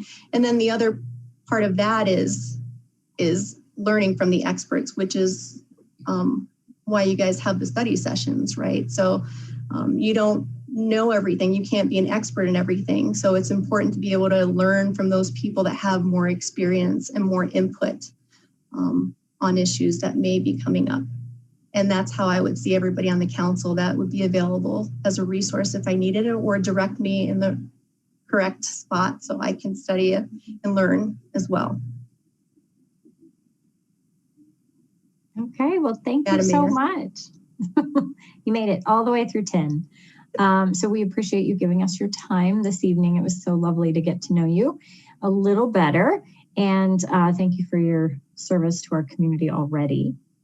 So we are going to continue on. I wanted to so I'll say goodbye to Shannon, but I wanted to check in with council real quick and see, are you good just taking your own as needed breaks throughout the time? We'll just keep moving. Thank you, Madam Mayor. Thank you, everybody. Bye, Shannon. Members, goodbye. Okay. Well, our next candidate, Mary Mondragon. Mary, welcome. Good to see you. Thank you. Hello. And I'm going to kick us off with question number 1. So please introduce yourself and tell us why you're interested in serving on City Council. Very good. Good evening, Mayor Leidy, Mayor Pro Tem Wilford, and City Councilors. I'm Mary Mondragon, resident, obviously, of Ward 4. And I am interested in serving on City Council because I believe it's the most important asset in a city. You're responsible for budgeting, you're responsible for hiring city staff, you're responsible for appointments to boards and commissions. You're responsible for fiscal balancing of budgets. Those things are hugely important, and I believe my experiences with work and my boots on the ground and my relationships with the people in Ward 4 will help. I'd love to do it. I'm persistent. You are. All right. Hi, Mary. Good to see you. Thank you for being here. Congratulations to you. Thank you so much. Yeah. All right. So in your view, what are the top challenges currently facing the city of Northglenn, and how do you feel the city should address these challenges? And I'm going to say this a whole bunch of times, and you'll probably get really sick of hearing me say that. But thankfully, my role as a director at the food bank allows me to be exposed to a lot of things. So what I'm finding now is the cost of living is hugely affecting people in their jobs, in their ability to find houses, in their ability to feed their families, to get their kids to school, to get to work. So the cost of living increases are affecting our residents hugely. Those of us that are lucky enough to be of a certain age to have stability in their homes and helping their kids and their grandkids, we're lucky and our kids are lucky for that. But absolutely the cost of living increases are a huge problem. And city council addressing that will be a very difficult thing because it's very personal and it's based on a whole bunch of things. Mental health issues, plain old health issues, job loss, divorce, all of those things come into effect, but there are a number of people that are one paycheck away from losing everything they have. So I think that is a huge issue that City Council probably is already very well aware of, but it affects us also. All right, thank you. I have question 3. And my question is, what do you consider to be the city's most significant assets or strengths? These that make a community a desirable place to live, work, and play. So again, City Council is a big deal. You guys are responsible for setting budgets and hiring city staff and appointing boards and commissions. Those people are out and about in the community with boots on the ground, figuring out what is going on. City Council is hugely important, and unless you're doing what I'm doing now and the other candidates are doing what I'm doing now, most people aren't aware of the significance of that. So having vibrant businesses, attracting young families, having schools that are inclusive and diverse enough to draw all kinds of people into the neighborhoods, those things are important. Having affordable housing, and I think Northglenn does a really good job of that. There are many, many houses of worship, so there are resources available to people, but if you don't have a good job and you can't afford to live in the suburbs, it's a big deal. So City Council sets a platform for that, and you have a huge responsibility to support every resident that shows up here. Hi, Randall. All right, Mary, I've got your next question. What do you consider to be the most significant issues that threaten the ability of the city to sustain those assets and strengths? Hi, Ashley. Hi. Again, if our residents are not supported in the various ways they need to be, and again, I'll say, running the food bank allows me to be exposed to deficiencies. Just today, a friend of ours said, have you seen what's going on under the bridge, I-25, between I-25 and E.B. Raines Park? So what we're seeing, and we drove by there because I needed to know, and that's what I do. When I hear something from a resident, I will go over and take a peek and see what's going on. But people not having places to live, and I'm not sure where everyone is coming from. We have a large majority of people who visit the food bank routinely, and there's mental health issues going on, and there's divorces again, and their car breaks down. I mean, just everyone is just one step, not everyone, a large majority of people in Northglenn are 1 or 2 steps away from losing any kind of stability that they have. So if we have people out and about in the community, like Jessica, like Rupa, in the forefront, being proactive instead of reactive, I think that will help the city and our residents.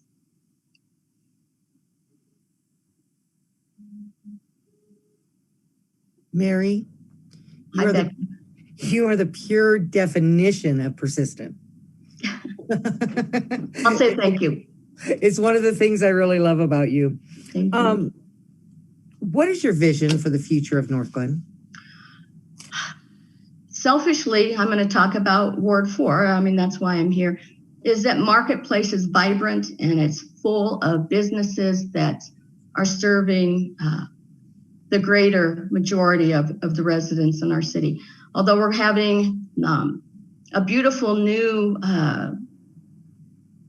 facility built over by E.B. Raines Park, Marketplace is a gorgeous place to be. You can get to it walking and running. You can hop off of I-25 and be right at Cinzetti's. People still support the restaurants that are there, but we've got a lot of empty spaces. And what I'd like to see for Northglenn is to get Marketplace full of good businesses, attracting businesses that support seniors. I was sad to see Atlantic Bread go because that was a senior hub. Breweries and bars and restaurants for younger families are key to a vibrant, diverse population. So I'd love to see Marketplace, the empty spaces all filled up. And then, our new facility definitely is going to be a beautiful thing. The rec center is the epitome of bringing people together. You've got art, you've got sports, you've got young kids, you have seniors, you've got a park, a beautiful park. So not everybody is engaged in those kinds of things. So when you have houses of worship and food banks and those types of things, all of those combined help support and make a city successful. Thank you. You bet. Hi, Mary. Hi. How are you? I'm doing well, Joyce. How are you? I'm well, thanks. Good. My question to you is, the median age in the city is approximately 33 years old, and our city is rapidly changing. What is your approach to attempting to meet the needs of all of our residents at all phases of their lives? And that's difficult. We have many seniors in our community. The majority of the clients at the food bank are seniors. Our neighborhood that I'm in Ward 4, when you're out and about, there are many seniors that still live in the neighborhood. We need to provide resources. The rec center, again, is a really great hub for people to come together. Even if they don't want to work out, it's a place to come. It's a communal place where they can come and sit with people and chat. We find that at the food bank too. They want to come in and have some support for them. And feeding people is a big deal to me. And we are able to do that. Seniors are on fixed incomes, so the thought of their taxes going up is hugely concerning.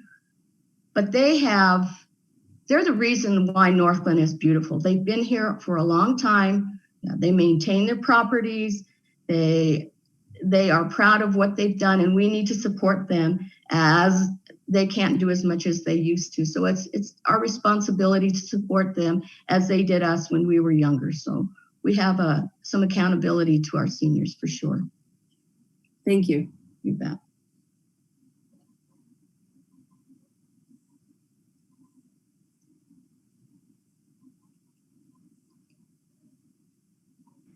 Sorry, the next one is me. I got distracted. Hi, I was Julie. like, oh, I wonder who's next. Hi. How are you? Well, I'm doing great. Thank you for being here, and thank you for applying and interviewing with us. We're excited to meet all of the folks who are applying. My question is, in what way do you think diversity and inclusivity are important to the city, and how would you promote diversity, equity, and inclusivity as a council member? So diversity, when you think about diversity, it's what makes us unique, right? Our backgrounds, where we grew up, whether we are religious or not, we get together during Christmas or not, holidays, talk and speak to our diversity, right? Inclusivity means allowing equal access to everybody, regardless of where they have come from. Again, when you look at Northglenn, there are a huge number of houses of worship. In any neighborhood that you go into, they're Catholics, they're Baptists, there are a huge number of houses of worship. And And simply because of my background, that's what I hone in on. But when you're talking about inclusivity, you have to be open and respectful of people regardless whether they look like you or not.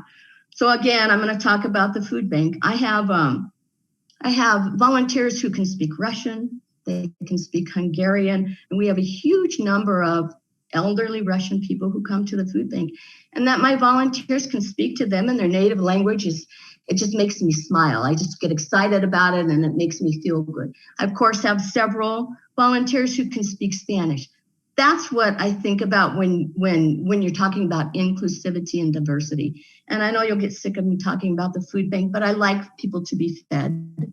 And that people feel safe and continue to come back speaks loudly about that we're on the right path. So making people feel welcome and supported is a huge thing. And diversity and inclusivity, it's all of those things together.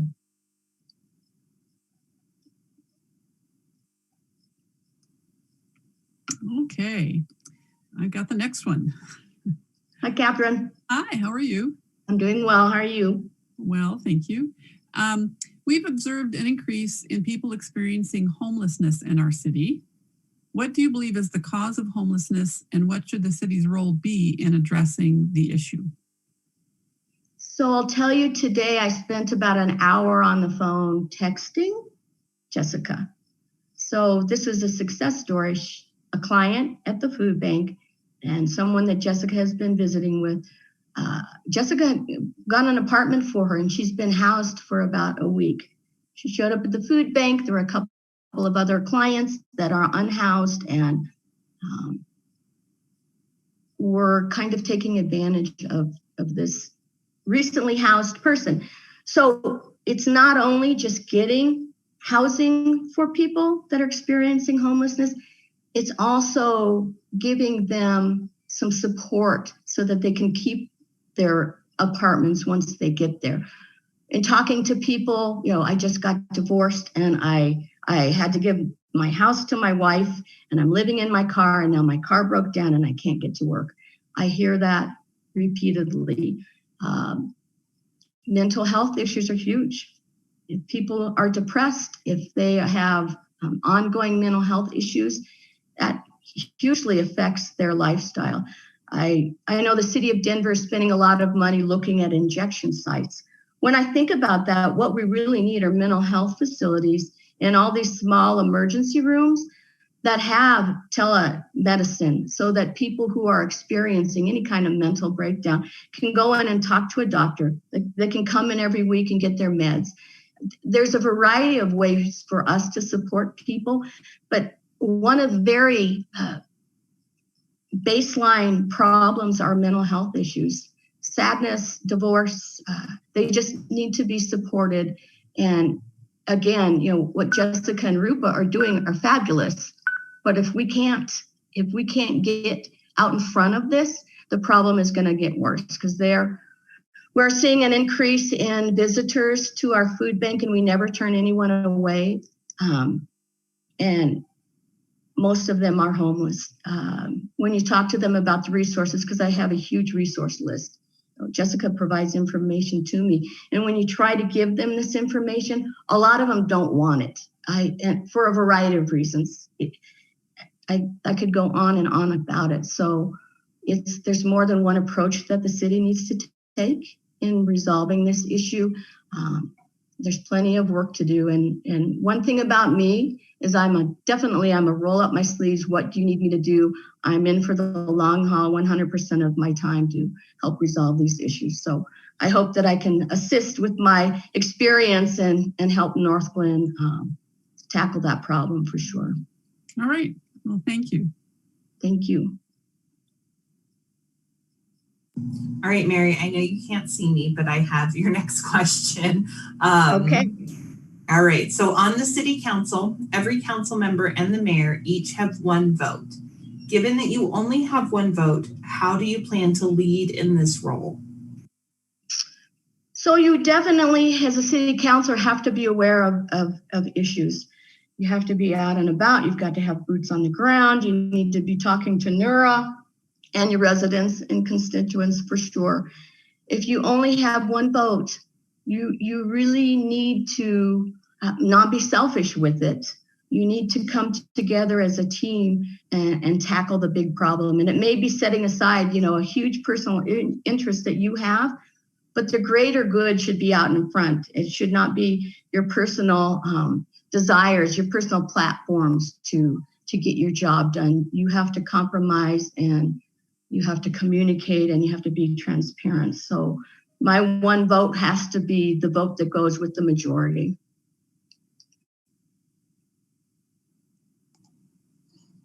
Okay, Mary, I have the last question. You've made it through. So it is, how do you expect to be supported by City Council in this role?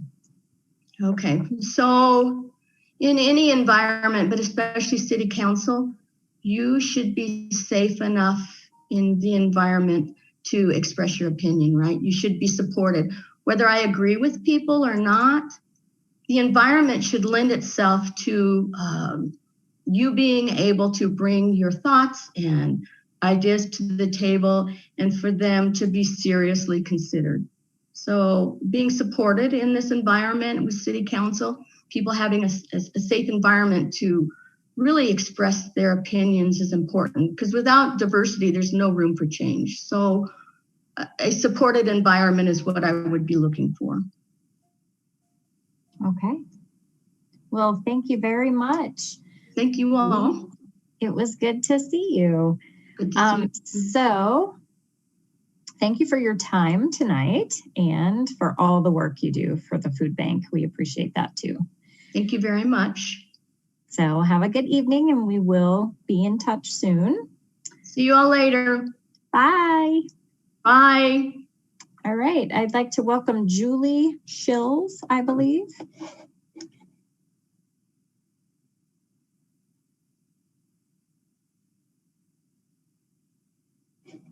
See if Julie has joined us yet. There she is. Hello. Can you hear us? I think it takes just a minute to connect. I think I might be on. Yes, we can hear you. Thank you, thank you. Welcome. Thank you for your patience tonight. We are looking forward to taking you through our 10 questions and getting to know you better. So question number 1, please introduce yourself and let us know why you are interested in serving on City Council. Well, hello, I'm Julie Shills. I moved to Northglenn with my husband just after we were married in 1989, raised our 3 children here, live in our first house that we bought in the same house that we bought, and the community has given so much to us that I want to be able to give back and support the community as well. We've been able to participate in so many things in the community through the years. And now I'm grateful for the opportunity, now that they're grown, to be able to give back. And I also think that my professional background, clinical in nursing and working in a lot of different healthcare fields, brings professionalism and as well as business knowledge that could be valuable for the position. Thank you very much, Julie. Nice to see you. In your view, what are the top challenges currently facing the city of Northglenn, and how do you feel the city should address these challenges? Well, we had challenges before the pandemic, but certainly the pandemic has brought additional challenges in creating a sustainable community. I think not only sustainable economy, affordable housing, schools that are starting to reopen, the impact that the pandemic has had on children, as well as, assuring affordability in terms of housing. And I think the other thing is it what we saw within some of the events of the last year, the reality of racism, I think that's another challenge for the city, which I've appreciated all of you as council members really addressing head on and creating programs and bringing the community in to really address a lot of those challenges.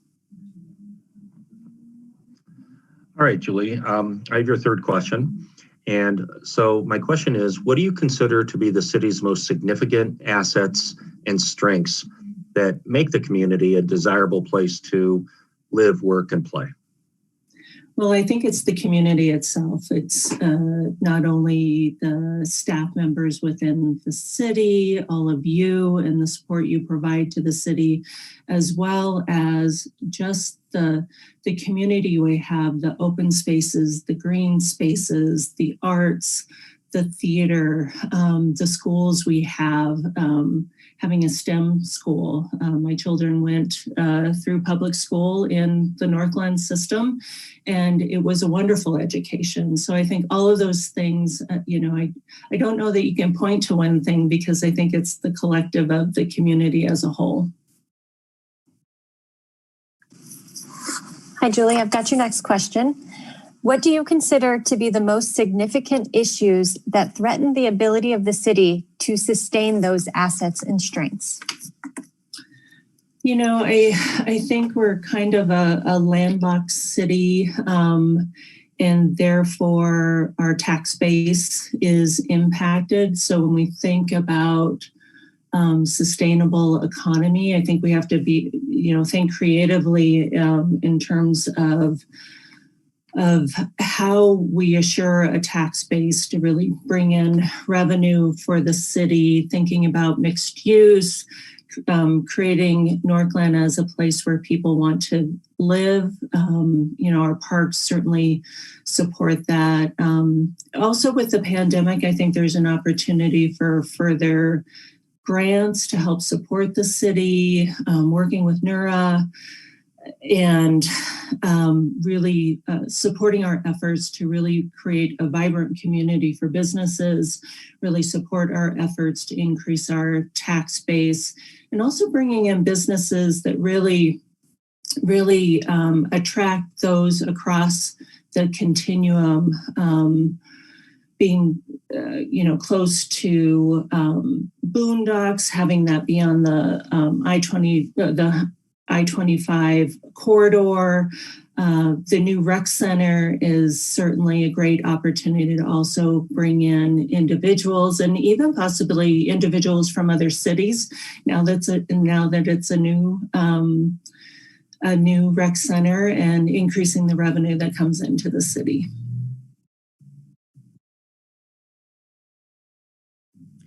Hi, Julie. Sorry, I'm taking notes and I'm doing this and I'm doing that, trying to keep track of everything. Can you tell me what your vision is in the future for Northglenn? It is really a community that is inclusive and really meets the needs of all residents. We're a very eclectic community. There's lots of different individuals. We have young families as well as seniors. And I really want to Northglenn to be a city for everyone and really assure that we're meeting the needs of the total population and continuing our efforts to be a very inclusive city, DICE being one of those efforts of the homeless task force, and really thinking about the totality of the city and where it can be a place that people can thrive and that it's a vibrant community, bringing in not only having wonderful schools, vibrant businesses, but also arts and community as well.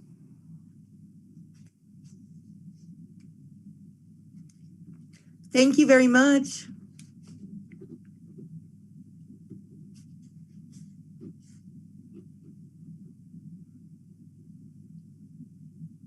I tried to unmute and then I muted, so I apologize for that, Julie. My question for you is the median age in the city is approximately 33 years old. and our city is rapidly changing. What is your approach to attempting to meet the needs of all of our residents in all phases of their lives?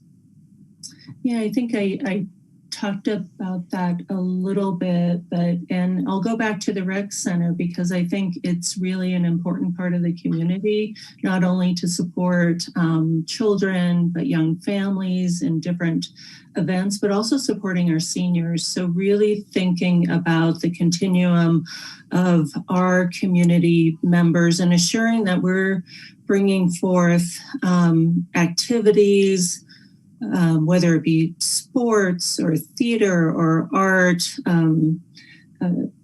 My children did a lot of sports in Northglenn, and one was a swimmer. So even, our pools and having that connection with our schools, so we can really assure that it's a supportive community that's helping our families with young children, as well as our seniors in the community. There's lots of volunteerism to support the seniors in the community, especially in the winter, shoveling snow, anything they need. So I really appreciate just the sense of volunteerism and support within the community. And I think that can be backed by a variety of businesses and then the community programs that we offer. Thank you. All right, Julie, I got your next one. In what ways do you think diversity and inclusivity are important to the city? And how would you promote diversity, equity, and inclusivity as a council member? Well, this certainly has been something that I think the last year has taught us. And as I mentioned before, I've really appreciated how the city's response, especially to George Floyd's murder. And I think that's the key. There was a response. It was openly discussed in thoughtful ways and collaborative ways. And I think you have to put voice to systemic racism, inequities that may exist in the community to start to create those solutions and have conversations about how to address that. Again, the DICE committee, I had an opportunity to sit in on one of the meetings and just, hearing from people with lived experience and surfacing that, hiring within the city in a more diverse manner, being open to listen to the members of the community. It's not a fast road, and I don't know that you ever reach the place that it's resolved or solved. And it has to be something we continue to have conversations about and really think about how we can assure that our community is that inclusive community for anyone who's a community member.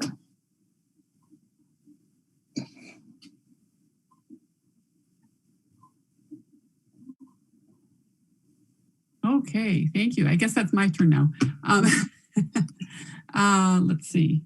I just lost my place. We've observed an increase, excuse me. We've observed an increase in people experiencing homelessness in our city. What do you believe is the cause of homelessness, and what should the city's role be in addressing the issue? Well, I wouldn't say I'm an expert in homelessness, but I think poverty, unemployment, affordable housing tend to be some of the things that we think about in terms of causes for homelessness. But I think there's other sets of causes. There's social determinants of health.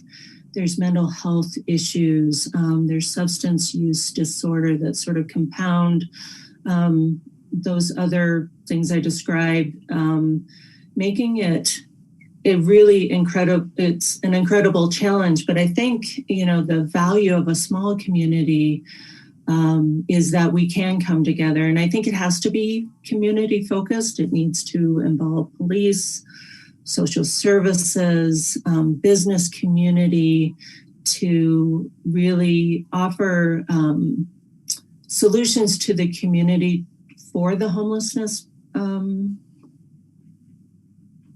in our community. It's not an easy answer. I appreciate that we have the homeless task force so that we can start to think about this and really start to address it in the community, because it's both important from a caring perspective of the people who are homeless, but also thinking about our community and assuring that the community members feel safe as well in our community. Thank you. I've got your next question, Julie. On the city council, every council member and the mayor each have one vote. Given that you only have one vote, how do you plan to lead in this role?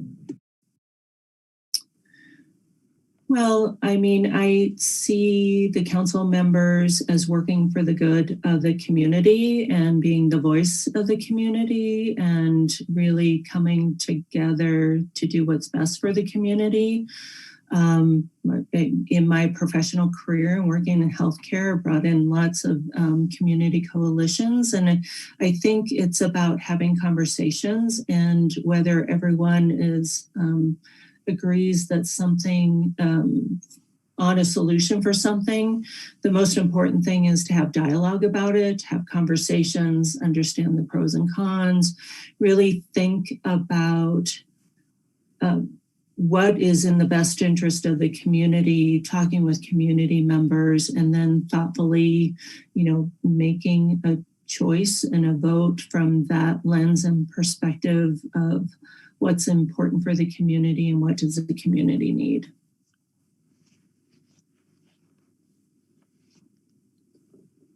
Great, thank you. So I have the final question, and it is, how do you expect to be supported by our city council in this role?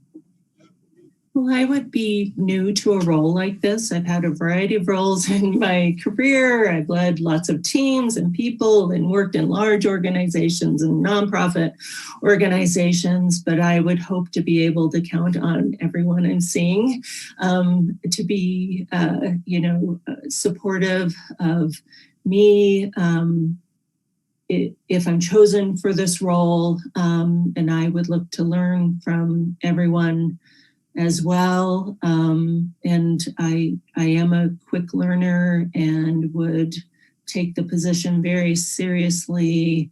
I've signed up for some boot camps already and would, hope to learn quickly and also have the benefit from all of you.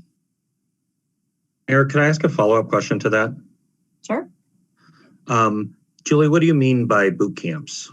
Could you enlighten us on that a little? It is a boot camp around holding a public office and working within government, and just an educational session about how to work within city government and what things to consider and how to think about that. Thank you. Thank you. Well, it was very nice to meet you and to learn a little bit more about you this evening. Thank you for spending some time with us. We're going to continue through with our other candidates, and we will be in touch soon. Great. Well, thanks, everybody. Have a good night, Julie. Thank you. You too. Okay, next up, I believe we have Catherine Scheiling. Let's see.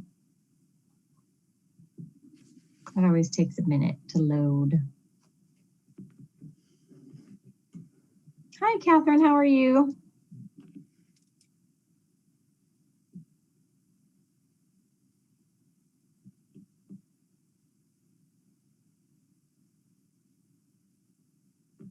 Okay. There you are. Sorry. That's okay. Welcome. We're all getting pretty patient with all this technology. Yeah. So thank you for coming tonight. I have your first question, which is, please introduce yourself and let us know why you're interested in serving on the Northglenn City Council. Okay. My name is Catherine Scheiling, and I've lived in Northglenn since 1993.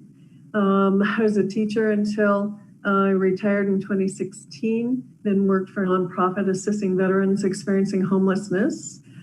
Because of that experience, I was interested in and served on the homelessness task force this past year.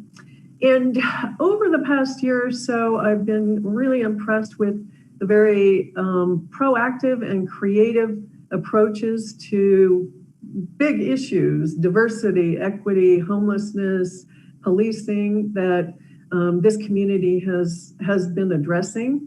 And I've also, because of my work on the task force, just been impressed with the people I've met, with the creative approaches to the challenges of the pandemic over the past year. And so when I saw this opportunity, I wanted to apply because I wanted to be a part of that. I like the dynamism and forward-thinking approaches and proactive and creative approaches. So.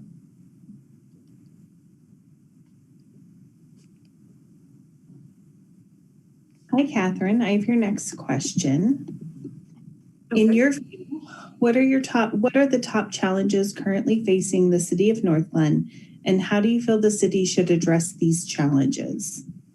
Okay. I think the top ones I addressed in my application were revitalizing the commercial districts and finding really ways to creative ways to find new revenue. That's not just retail tax or property tax, but looking at that, I think that's a major issue going forward to address. Issues of homelessness, of course. Issues of are important, and on my application, which was maintaining the quality of life in Northglenn. And I think all of those are sort of a part of that.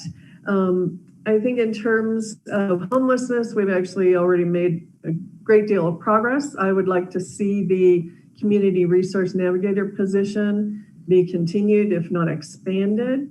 In addition to that, I would like to see perhaps some planning towards something like a day shelter or a resource center that would make it easier for people experiencing homelessness to access services.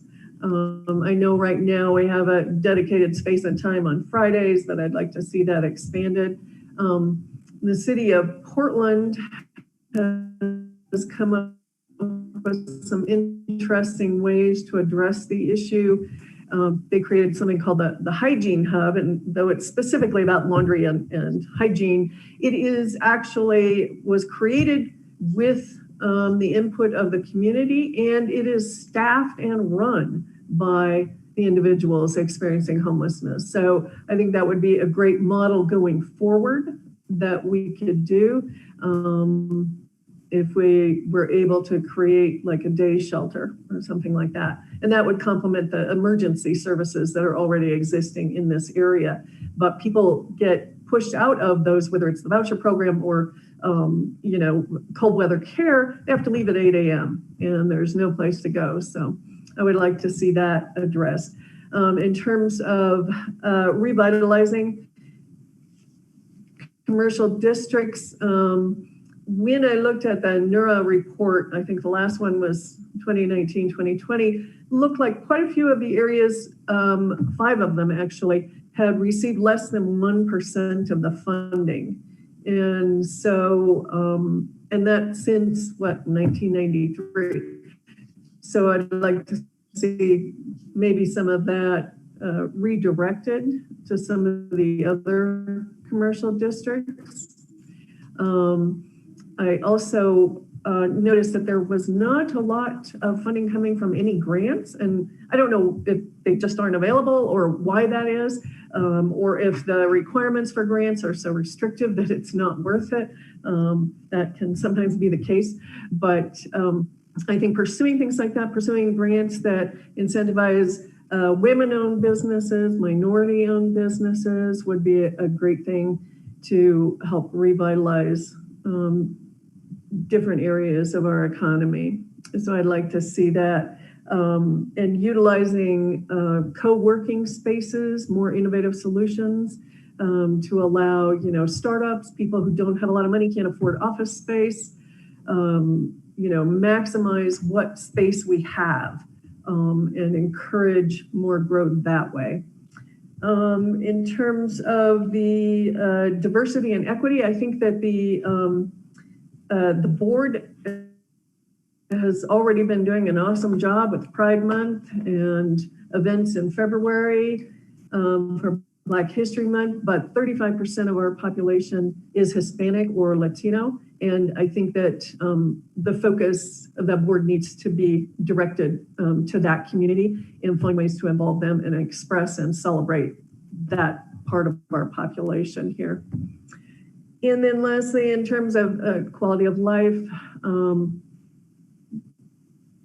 this is just something I'd like to see not be put aside. It's very easy in difficult budget times for those things that make Northglenn special and have a small town feel. It's easy to have those things cut from the budget. And I would just like to see those maintained because they do attract people to our community. They're important for our future. They aren't a luxury. They are, in fact, a necessity, really, if we're going to maintain and grow into the future. So those were the areas that I think are challenges facing us and things that I think we could do. All right, Catherine, excuse me, I have your next question. What do you consider to be the city's most significant assets and strengths that make the community a desirable place to live, work, and play?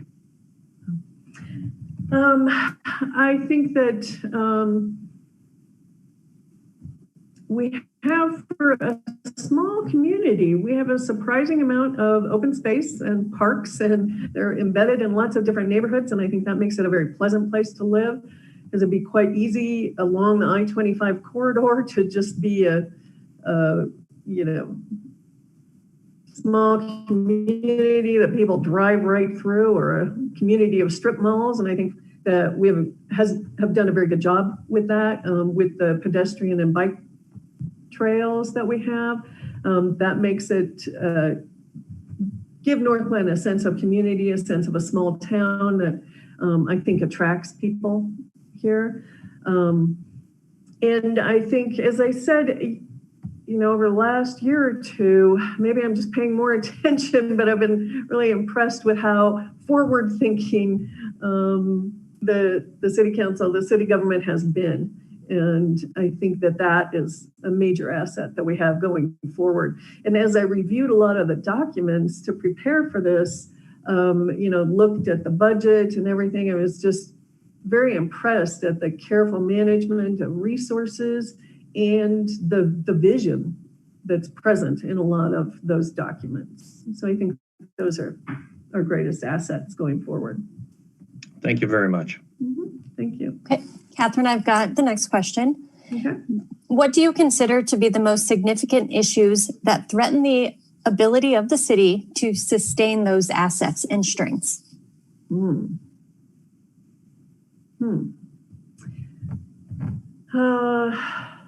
I would say that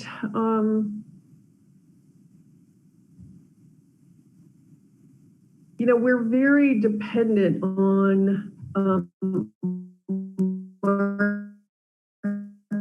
market fluctuations for the revenue of this town. To see the Northglenn Mall rise and fall, and the Northglenn Marketplace kind of rise and plateau and taper off. And so that's part of why I think, looking for other ways to maximize the physical space that we have and inviting in different types of businesses and developing, as there are already plans for Carl's Farm and Section 36 and what we have, which is limited. I mean, that's one of our big issues that is a huge challenge for Northglenn, is that we can't just annex some more area and build some more retail space. We have to be more creative about what we do with the space that we have.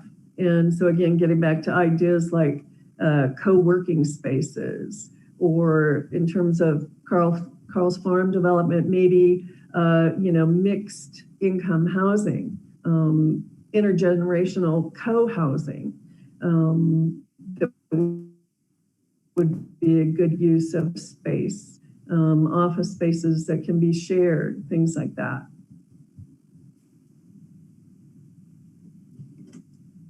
Hi, Catherine. Becky Brown. What is your vision for the future of Northglenn? I would really like, oh, sorry.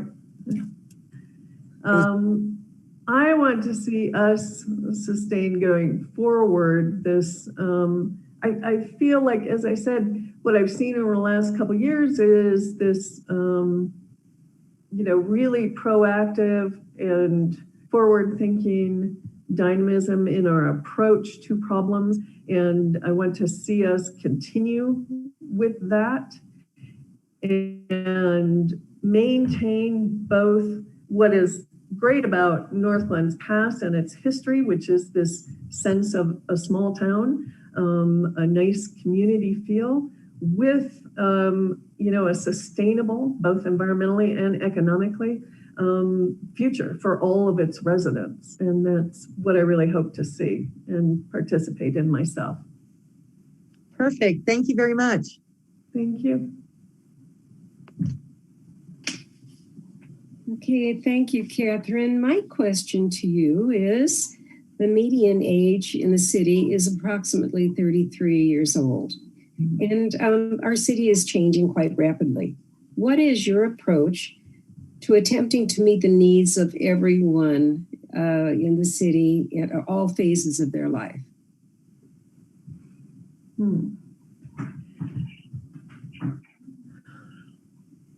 Well, I think having access to finally the inline and the transit that'll take people easily into the city center, people who have jobs down there, I think that will help. I think finding a way to perhaps create, as I mentioned, mixed income housing, intergenerational housing, affordable housing for those young families. I mean, that's why my husband and I moved here. We had just started a family, and it was an affordable and nice community. And so to keep that going forward, I think is really, really important. And maintaining those, open spaces and those traditions and activities that we have that young people and their families and their children want to participate in. Okay. Right. Thank you. Mm-hmm. Thanks. Hi, I got your next question. In what ways do you think diversity and inclusivity are important to the city? And how would you promote diversity, equity, and inclusivity as a council member? Okay. Well, I think that, the city, the demographics of the city have changed considerably since I've been here. And certainly since its founding, quite a bit. And now we're looking at demographic breakdown of about 35% Hispanic or Latino. And I think it's still around 60% Caucasian, I'm not sure. But so I think that the new board that was created, the Inclusivity, Diversity, and Equity Board, was very important. The activities they've put together over the last year are really important. As I mentioned earlier, I'd like to see more that celebrate the heritage of people who are Hispanic and Latino, more activities like that. And, I'm sure it's part of our hiring practices for the city, and to ensure that we have diverse population on our commissions and our boards, on the city council itself. So I would want to continue that or to ensure that that is happening as well. Let's see, I guess those are the things I would look to do. Great, thank you so much. Thanks. All right. So the question I have is, we've observed an increase in people experiencing homelessness in our city. What do you believe is the cause of homelessness, and what should the city's role be in addressing the issue?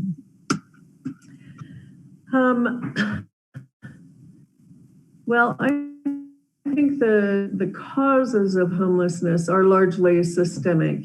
If you look at the percentage of people who are unhoused, they're actually families, largely. The average age in the state of Colorado of an individual experiencing homelessness is around age 9. According to statistics, might be a couple of years old. But that tells me that it's low wages and high rents and people having life happen to them, the car breaking down, a medical emergency, and suddenly they're evicted. And I think that is the main issue. Only about 17% of people who are unhoused kind of experiencing homelessness, someone experiencing chronic homelessness. So I think there are a number of things we can do. I think looking at them as our unhoused neighbors, which is really what they are, and changing the narrative and educating the public about this issue of homelessness. I think getting back again to something I've already mentioned a couple times, finding ways to include affordable housing, working with Adams County Public Housing Authority, I think it's called Maker Housing Partners, and seeing they've created quite a few I've noticed in Thornton, 1 or 2 in Westminster, but I don't believe, and I may be wrong on this, I'm not sure if there are projects in Northglenn, but I'd like to see more of that, mixed income housing, neighborhoods that are more diverse. And I think that might also address issues of diversity and equity here in Northglenn. And then I think, as I mentioned before, the Homelessness Task Force and the Community Resource Navigator have made great strides already in addressing this issue and done some really great work over the last year. I think it's important to have someone dedicated to that position. I think that it's,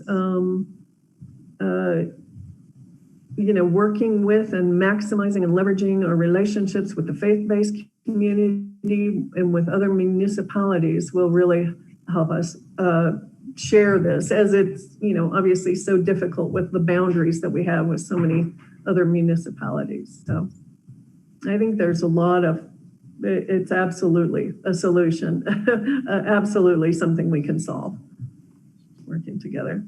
Thank you. Catherine, I've got your next question. Okay. The City Council, every council member and the mayor each have 1 vote. Given that you will only have 1 vote, how do you plan to lead in this role? That's an interesting question.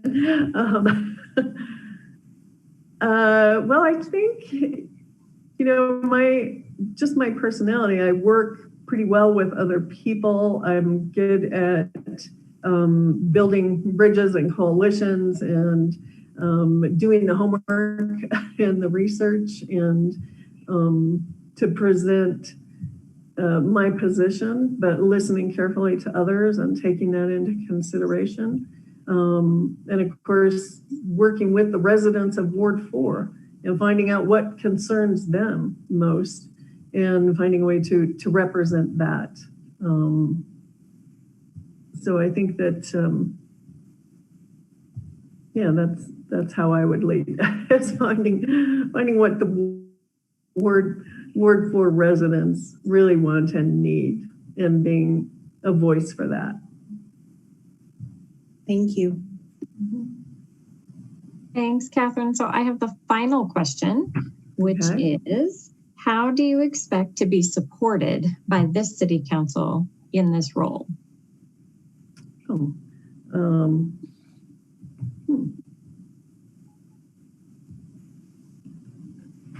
Well, obviously, as somebody, entirely new to this, I would need,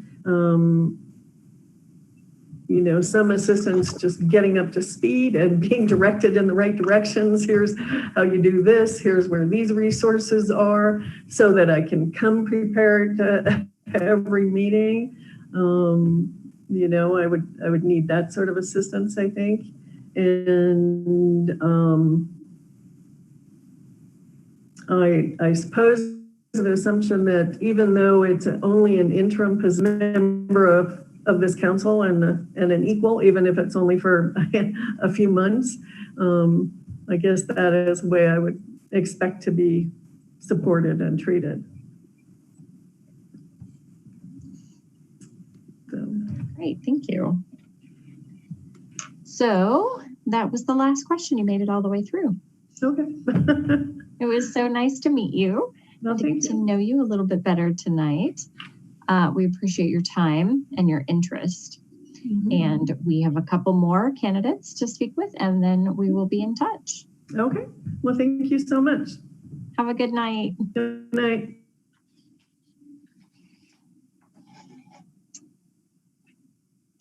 Okay. So we now have Andrew Thompson, I believe. Andrew, are you with us?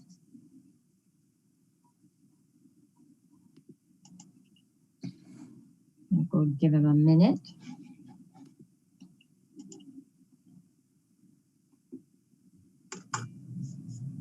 Hello. Hi. Hi. We don't see you, Andrew. Do you have video capability? Oh, there you are. Hello. Nice to see you. Nice to see you. Welcome. So we have 10 questions for you tonight, and I'm going to kick us off with the easy one. Please introduce yourself and tell us why you're interested in serving on City Council. Thank you. My name is Andrew Thompson. I am a near native of Colorado. Moved here when I was 1 year old. Went to Aurora Central High School, Colorado State University, University of Denver for law school, and have been practicing in the Denver metro area ever since. Moved to Northglenn about 4 years ago after the birth of our first daughter. We were looking for basically, affordable housing. More affordable housing than was out there at the time. And when we came here, I kind of had this idea of what I wanted the community that I was going to be moving into to look like.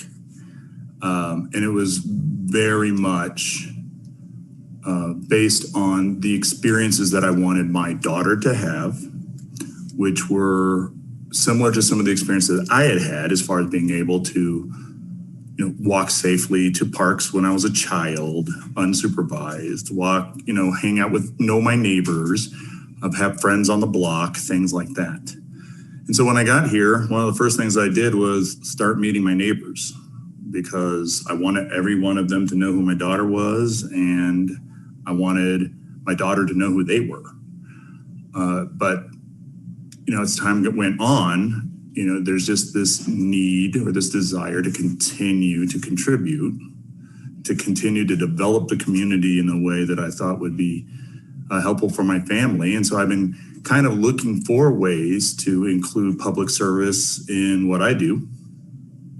And so when I saw that there was this opportunity, I had long thought about running for city council, but this kind of, put that before me a lot sooner than later. So here we are. Hi, Andrew. Thank you for applying. I have your next question. In your view, what are the top challenges currently facing the city of Northglenn, and how do you feel the city should address these challenges?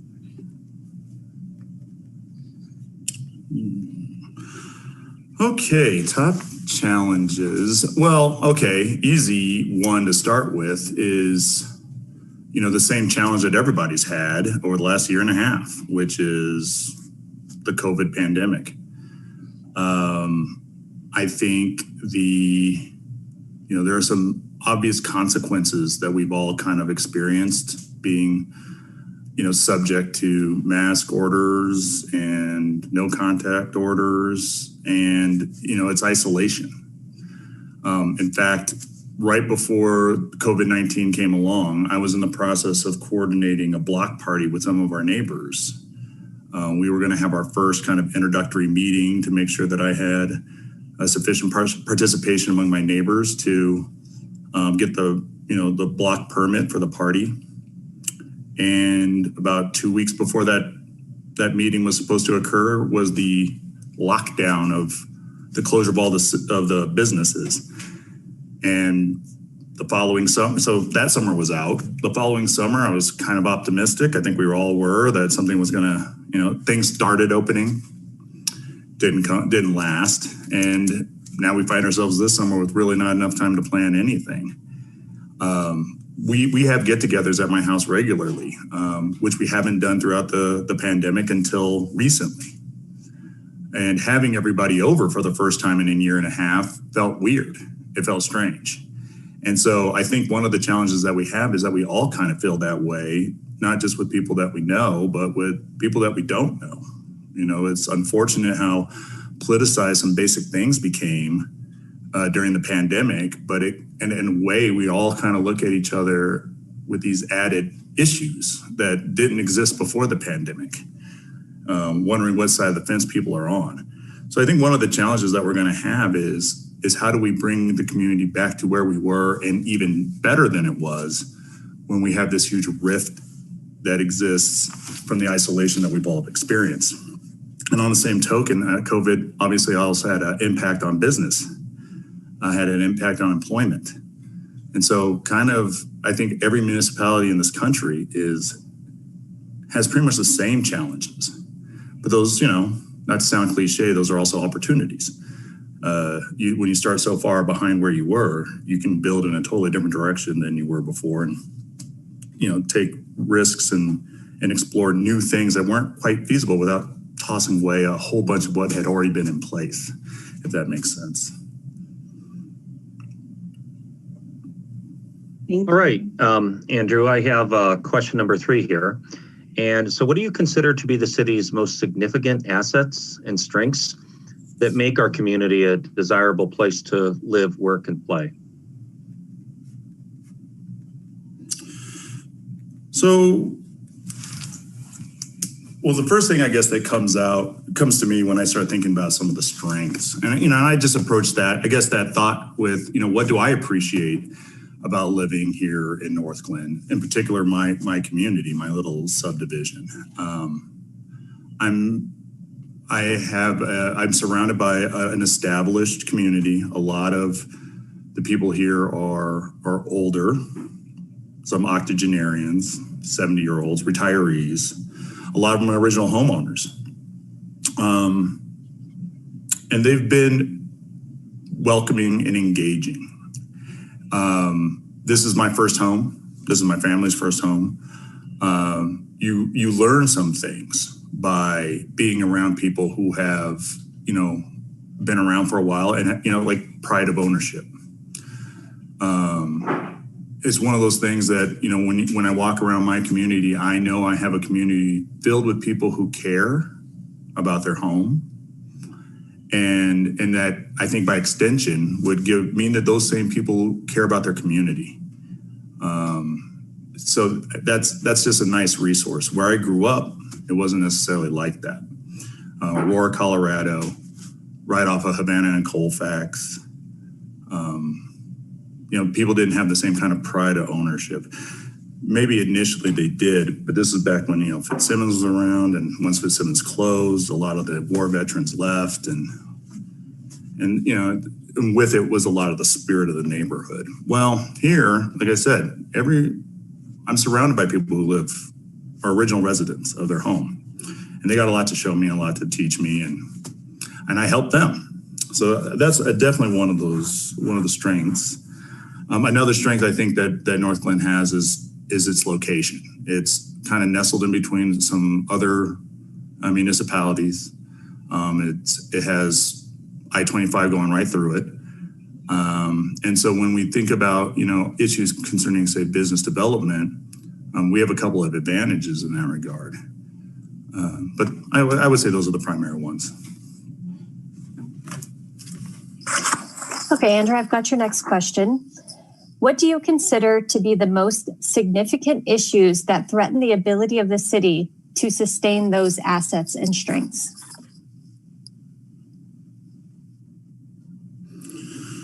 Well, so we were talking about location, and nothing really takes location away.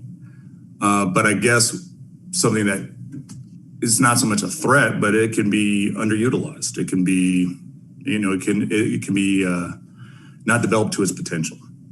And so I think, when I talk to some of the younger families in my neighborhood about what they want in the, locally nearby, it would be, amenities in our backyard.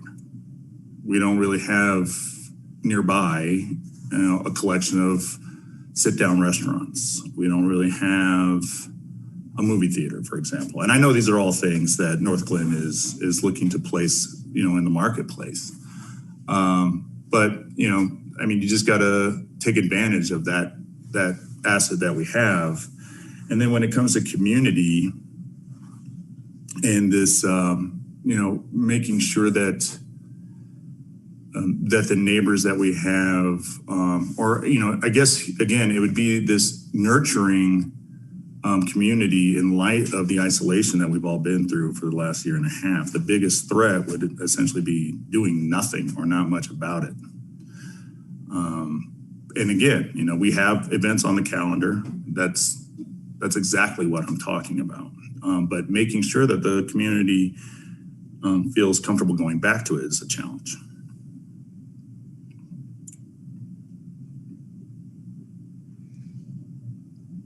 Hi, Andrew. Becky Brown here. I take notes and I get a little lost sometimes.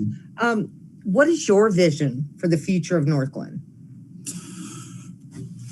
Yeah, so I touched on that a little bit earlier. It starts off, it evolved over time. It started off very family centric. I wanted a place right outside my door where my children would be safe on the block. I have a park a block away from where we live. I'd like them to be safe there. I went to the park, say, a week ago, and it wasn't even a week ago. I think it was like 2 days ago. Met a new family there.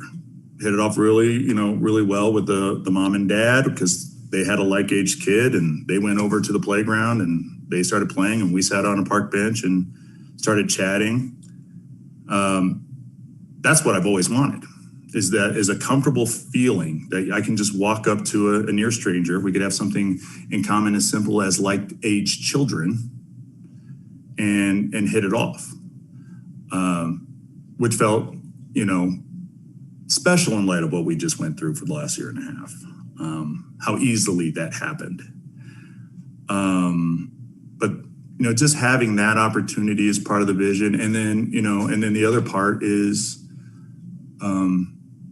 when on a rare occasion when we have childcare on the evening, we'd like to do date nights, me and my wife, and having an actual place to go. Like I said, we have a like-aged couples that are friends of ours in the neighborhood, and being able to come together and go somewhere locally is another vision that I have for Northglenn, because unfortunately, when we get together to do things, our options are usually in Westminster or Denver. So that would be something else I'd like to see, occur, is more amenities and, just the continued community that I've always wanted for my family. Thank you very much. Hi, Andrew. I have your next question. The median age in the city is 33 years old, and our city is rapidly changing. What would be your approach to attempting to meet the needs of all the residents in all phases of their lives?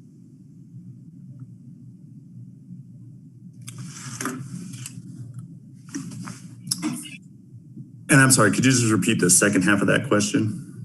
Sure. And what would be your approach to attempting to meet the needs of all of the residents at all phases of their lives? So, so my approach, in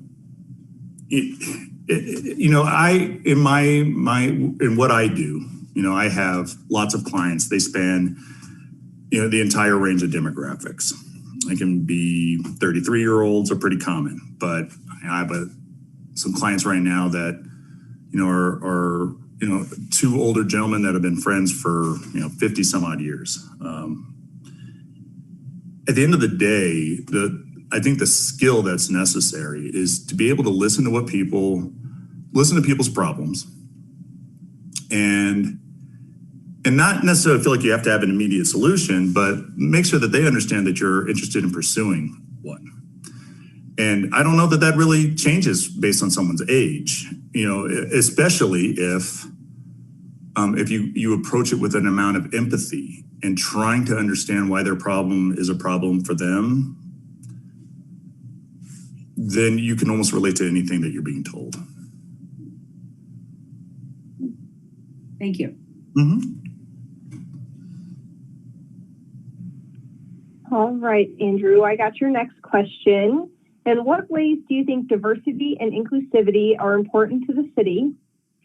And how would you promote diversity, equity, and inclusivity as a council member?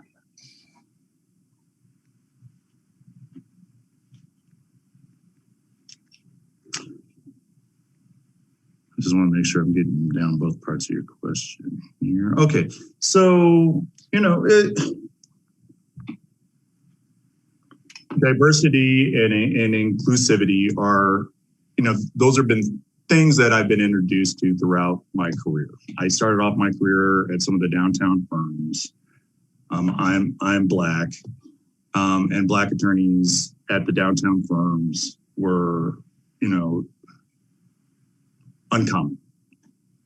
And so, and with that, there was always a push to make sure that everyone appreciated why diversity was important. So most of what I say about diversity is just, what I've come to understand about it, having, been, I guess, educated on it on a couple of occasions.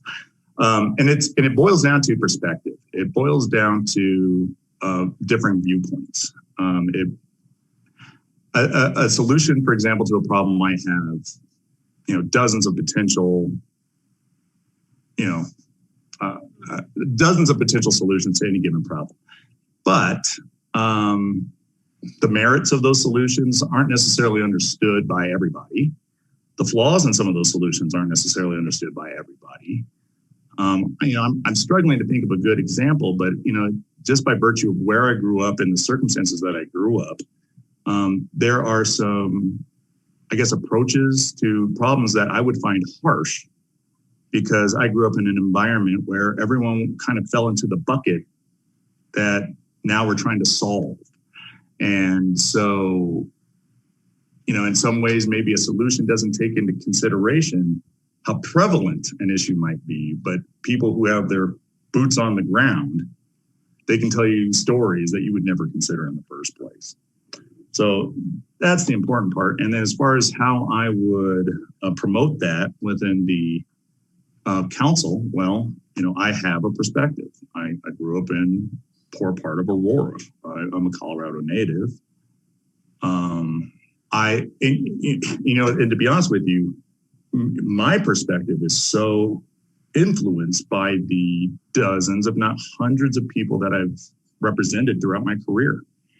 It's individual problem solving, but there's themes, be it substance abuse, be it mental health, be it lack of financial resources.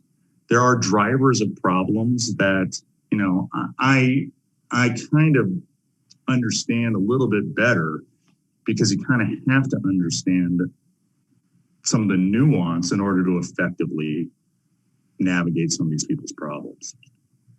So that I guess that's also my ad. It's more than just, you know, my racial diversity, but you know, I have the stories of 100 people locked in my head, and I can tell you what's worked with almost every single one of them and how they got into trouble in the first place. Great, thank you so much.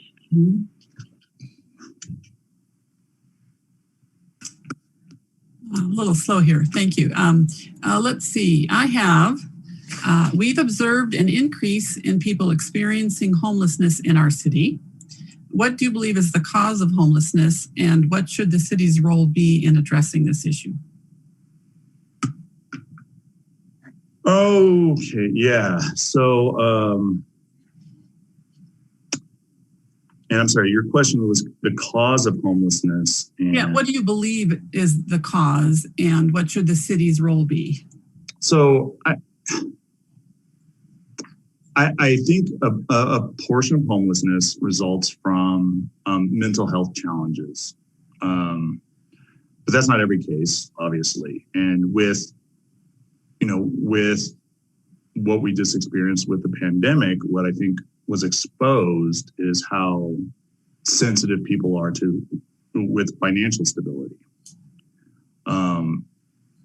Actually having resources that can endure interruption, not, you know, the consequence of living paycheck to paycheck when the rug gets pulled out from underneath you. And so, and how you address that, obviously, is two wildly different approaches. What I'll comment on is that, you know, my wife is a city attorney in Thornton, and she's on the homelessness task force. And they're grappling with that issue in Thornton. They're grappling with that issue in Denver. I can only imagine that they're grappling with it in Westminster. And I think they're what that task force, the Thornton task force, would tell you is there's absolutely an obligation for the city to help these people or the people in these situations. But how you go about it fundamentally involves, you know, leaning on your neighbors. What Denver's able to do, Denver, you know, we don't have to reinvent the wheel on this. Denver's tried several things with mixed success. Thornton, a program just kind of came to mind in Thornton where if there is a government contact that needs to be made with someone who's homeless, depending on the circumstances, depending on the situation, they'll first intervene with kind of like a group that's not necessarily law enforcement. It's just more like a welfare check kind of a situation. And I think, and it's like, depending on what they see, then they can direct that individual to what resources might be available. For example, if there's an issue getting a job because of hygiene, there are, you know, like there are services where people can get free haircuts that this person without social media or a television or, you know, for whatever reason doesn't have access to the information. Thornton has found a way to target these people and give them that information. Well, you know, so there's no need to reinvent the wheel on that particular solution. And so I guess in short, the solution is going to involve our neighbors and coupling our resources to get that accomplished. Yeah, that helps. No, that's great. Thank you. Yeah. Okay, Andrew, you're in the home stretch here. I've got your next question. On the city council, every council member and the mayor each have one vote. Given that you only have one vote, how do you plan to lead in this role? Right. So, you know, it's representative government. My one vote is cast on behalf of Ward 4. I'm not exactly sure what data is collected as far as like surveys.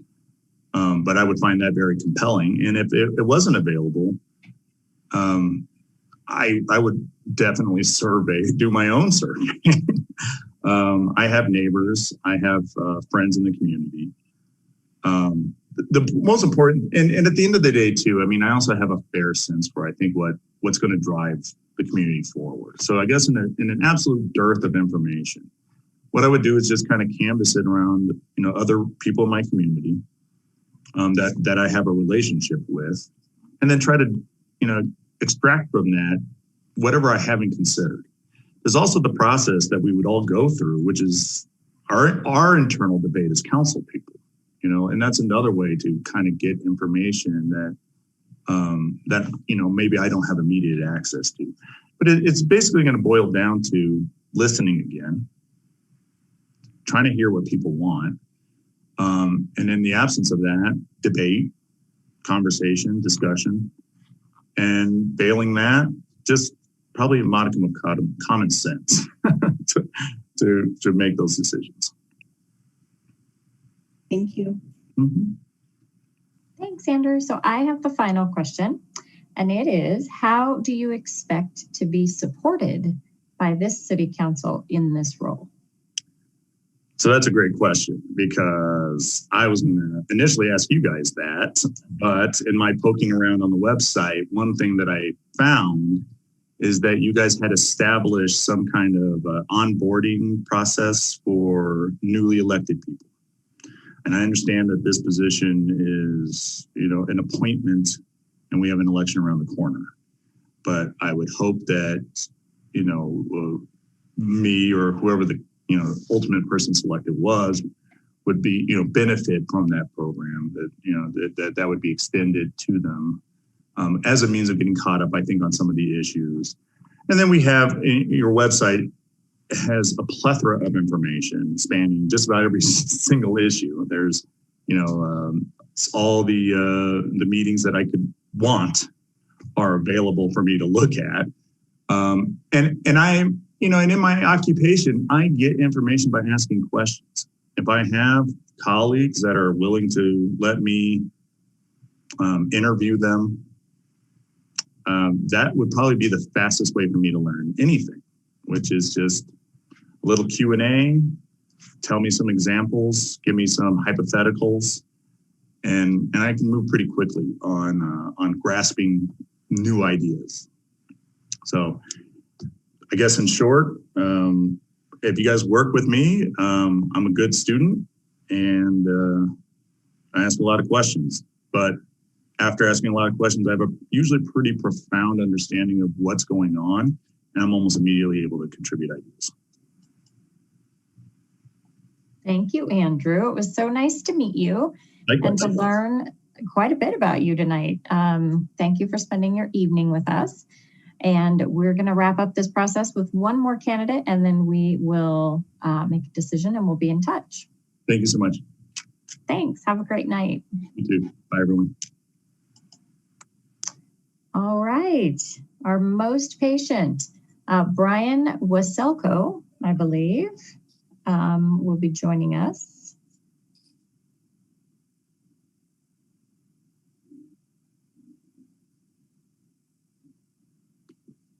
We'll give him a minute to come in from the waiting room.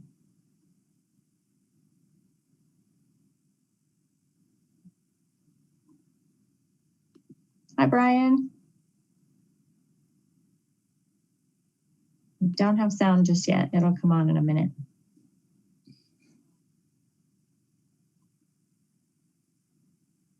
There we go. Ah, there we go. You have to excuse my friend. He's a little slow. Well, thank you very much. You're very patient. Oh, no, absolutely. No worries at all. So welcome. So we have 10 questions for you tonight. And I have the first one, which is, tell us a little bit about yourself and why you would like to serve with us on council. Okay. Obviously, I am Brian Waselko. Moved originally from the East Coast, a small town in Pennsylvania called Hershey. They make something there. I'm not really sure what it is, but grew up with all those great smells. Worked in hockey for the early part of my life and ended up working for the Avalanche for a few years out here in Colorado. Moved here in 2003 to the city of Northglenn and have been a resident here ever since. For the past 10 years, I've been a paramedic firefighter with a couple fire departments, and most recently down south with South Metro Fire Rescue. I'm married with 2 children, and really excited to be here with this opportunity. I'd like to join the council because about early 2020, I wanted to get more involved within the city and see what I could do. There was an ad in the Northglenn newspaper about joining one of the committees, so I was able to join the CAB. So I've been doing that for the past, since February, I believe. So really enjoyed that, being able to be a part of the city. And as I've been completing my duties there, I just realized that I've really enjoyed it and I'd like to do a little more. So here I am. Great. Thank you, Brian, for being here this evening. Thank you. I've got your next question. In your view, what are the top challenges currently facing the city of Northglenn, and how do you feel the city should address these challenges? The challenges for the city and how we should address them. There's coming off of COVID, obviously, hasn't done wonders for any city that I really know of. It's just made everything a little harder on pretty much everybody that I'm friends with and that know. Everything's become a little harder. I'm sure you're all well aware of this as well. There's things in the city that in Ward 4, the big one I would imagine, I'm sure that everyone has brought up, is the marketplace. The key there is to bring in more businesses, but not only that is to maintain the businesses that we have. I think we have a beautiful structure over there. It's a great facility that if we can utilize and find a way to get more revenue from that utilization and provide more services for citizens of the community, I think that is one of the challenges that we can overcome. I know it's not easy, especially with like we're doing right now, video conferencing from home, and in our fire district down there, we have office buildings closing the Denver Tech Center because people have figured out that they don't need to rent an office space. So I know that's not an easy thing. Along with that, inflation and housing prices in the state are just starting to, inflation's going up. Building costs are going up. Housing prices are, in my opinion, completely out of control, although I love my equity, so I can't complain there. But I believe that we also need to make sure that we're taking care of the elderly citizens and not just the elderly, but the entire population of Northglenn. But we have that elderly community that I think that the rec center takes really good care of. The programs that go on over there, like the utilization of the pool and the theater that we have there currently, and do wonders for that population. I know my neighbors here utilize the a cappella singing concerts last summer. I go to them as well. I really enjoy them, and I know that's a big hit around here. So with the new rec center, I think that if we just maintain some of those programs and opportunities for people to get out and mingle and meet their neighbors, I believe that we can, thrive as a city. All right, Brian. Thank you. I have question number 3. And so what do you consider to be the city's most significant assets and strengths that make our community a desirable place to live, work, and play? Strengths and assets. The first thing that comes to mind is were the parks and the trees. I think we have some beautiful open spaces. I was just over at Lowe's today and came the back way, which I don't know how many people actually do, by Cinzetti's there. And it's just so lush and so green, and it's such a great little park with the statues and the art that's back there. Sometimes I wonder how many people actually see that besides the neighbors that live back that way. But we have Northglenn is thinking of the word, I just read it the other day, a mature city is read in the budget. So it makes it difficult obviously for that growth. We have very, very few minimal places to grow, but I believe that utilizing the spaces that we have and that open space and the things like the infrastructure that we have is all developed. Some of it is in need of repair, and by looking at that, which I think the city public works has done a really good job with, and evaluating what needs to be repaired and replaced on a yearly basis, and maintaining the infrastructure and the roads and the bridges that we have is a great way to maintain the city and make it a great place. Thank you. Thanks.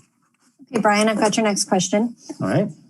What do you consider to be the most significant issues that threaten the ability of the city to sustain those assets and strengths you talked about? Oh boy. In sustaining those strengths, and I believe it's going to be, I'm going to sound like a broken record, but that income from our retail through the sales tax is huge. Obviously, it helps fund those infrastructure repairs. I know this, looking through some of the financials in that budget, it seems like the city, the public works sector, they kind of have this much to do with this much. So if there would be a way that we could increase that, business tax is one thing through the sales tax revenue.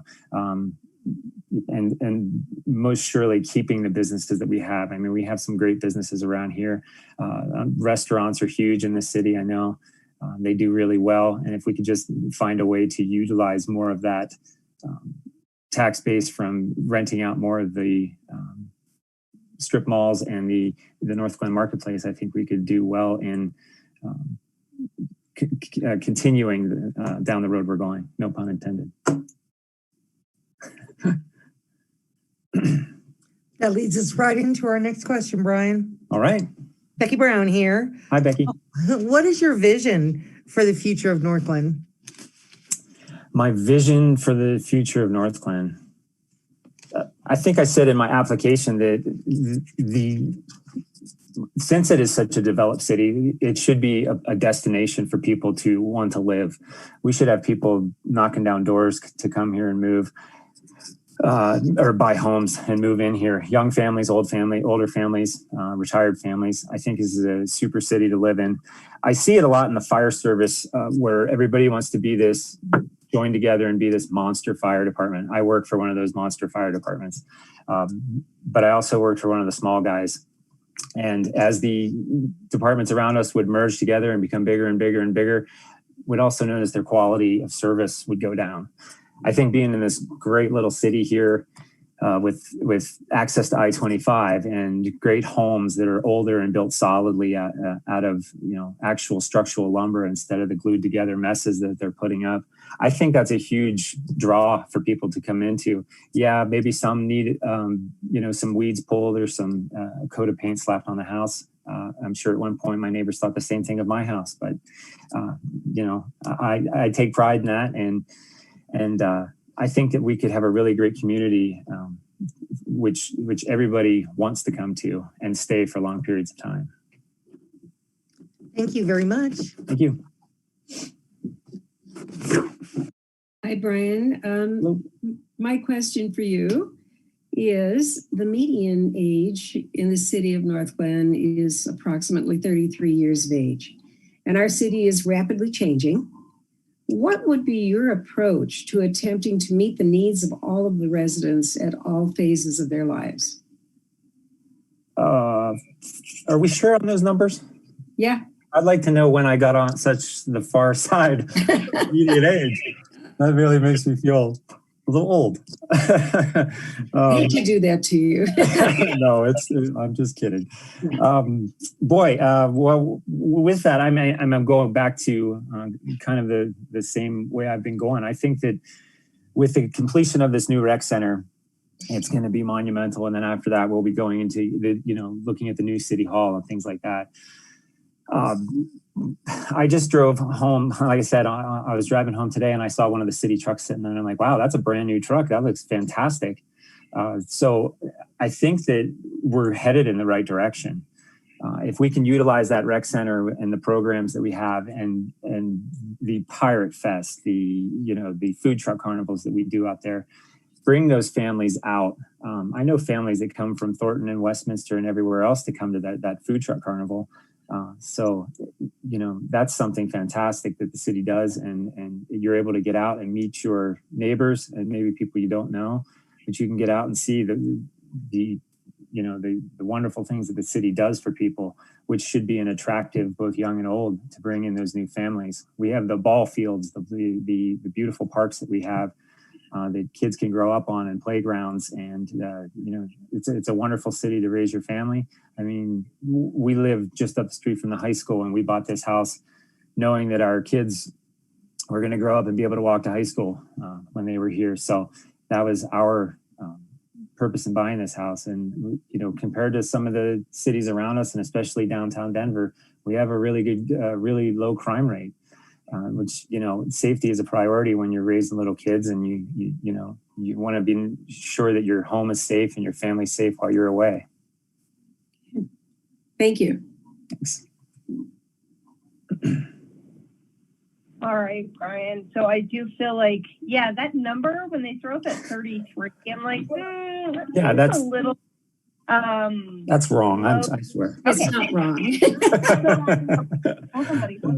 Sorry, got an interruption here. Okay. No worries.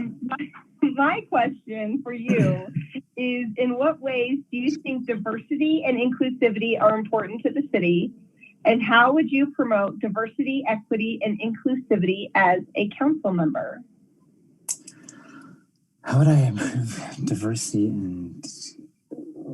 I think that,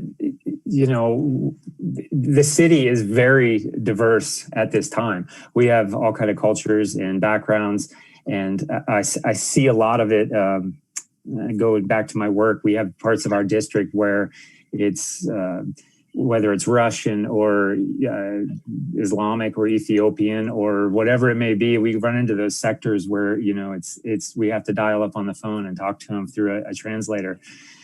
So this area in general is just exploding with people wanting to be here. And I think that by creating those programs and opportunities for people to want to come here and be here, and the safety that they know that they can raise their family, and if we can control some of the taxation and housing prices, which it's not city council's portion to do, but if we could still make it that place that people want to be and move in, I believe that that diversity will be there. And as a member of city council, I don't think there's any other way. When I run a call at the fire department, I don't look at the color of people's skin or what language they're speaking and determine how I'm going to treat them. And city council should be no difference, which it isn't.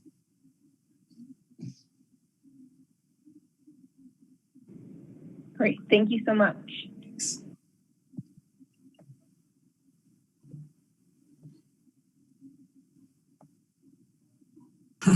Sorry, it's getting late for me. I thought that I was like, was that 10? Because I wasn't paying attention. It's just, okay. I forgot for a minute where I was. So here's my question for you. We observed an increase in people experiencing homelessness in our city. What do you believe is the cause of homelessness, and what should the city's role be in addressing the issue? The cause of homelessness and the city's role in addressing the issue. I don't believe obviously there's not just one cause of homelessness. At this time of our lives, COVID, I'm sure, plays a factor in that. I'm sure that city government, not necessarily ours, but others in the area, play a role in that. I think the biggest cause of homelessness that I see at work is the mental health issues and substance abuse issues. We come across it all the time. Our district is so big that we have $1 million homes on one block and, tents set up on the side of the streets on other blocks. The mental health is one of the biggest issues in the United States that goes untreated. And I think that a lot of that, unfortunately, people with mental health issues end up on the street. We develop programs at work that, we've for substance abuse treatment and mental health issues that we can assist those people in getting to a clinic or something like that down south that will actually offer the help to these people. And unfortunately, we come across people who are just like, no, not interested. Thanks, but not interested. I mean, when you have a person standing in front of you who blows a .45 for the police and is standing there talking to you straight as can be without any, they know where they are. They have full capability, and they tell you they are not interested and they don't want you there. Unfortunately, I think that is part of it. But mental health overall, it's not an easy solution. I don't think it's something that can be done overnight. I know that the city has done wonderful things with the task force. Rupa comes and talks to us with the CAB. On a couple occasions, she's been there and filled us in on steps that the task force is taking. And then you have other factors that play a role too, like the proposed camping ban in the city of Aurora. And you can't just kick them to the next city over and just say, nope, not my problem. Because then it just creates more problems for other people. So I think it's something that has to be worked on over a period of time. I think the task force is, from what Rupa has told us, they're doing great things and coming up with great ideas. So hopefully that will continue, and we can at least make a dent in it. Thank you. Thanks. All right, Brian, you're on the home stretch now. You've got one more question after mine. All right. Getting there. Okay. On the city council, every council member and the mayor each have one vote. Given that you only have one vote, how do you plan to lead in this role? Given I only have one vote, how do I lead in that role?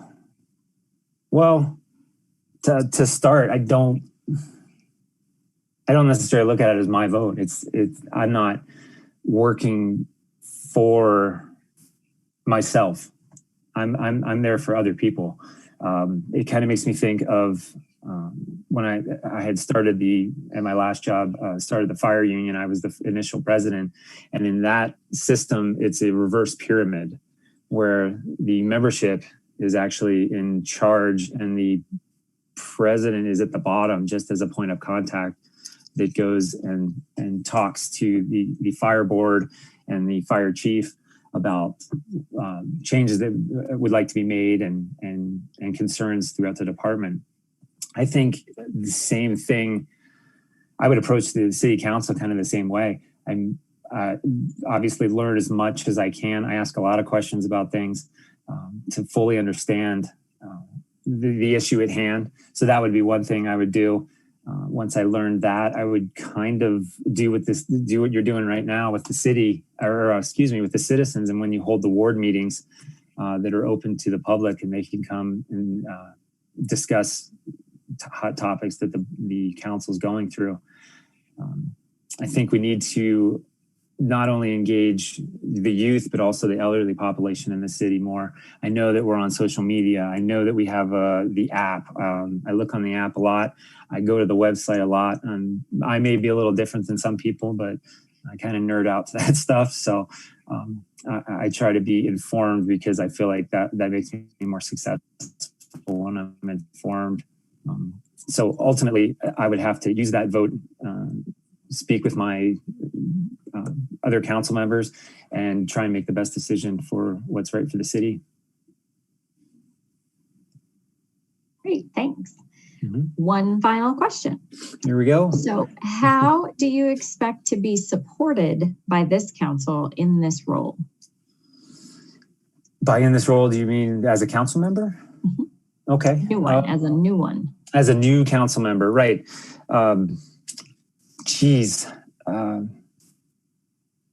I would have to say, go back a few questions to the diversity or the inclusion. And I'm sure that I have no doubt that the new member would be welcome onto the board and just be one of the team. I think working together as a team, the council has done fantastic things already in this city.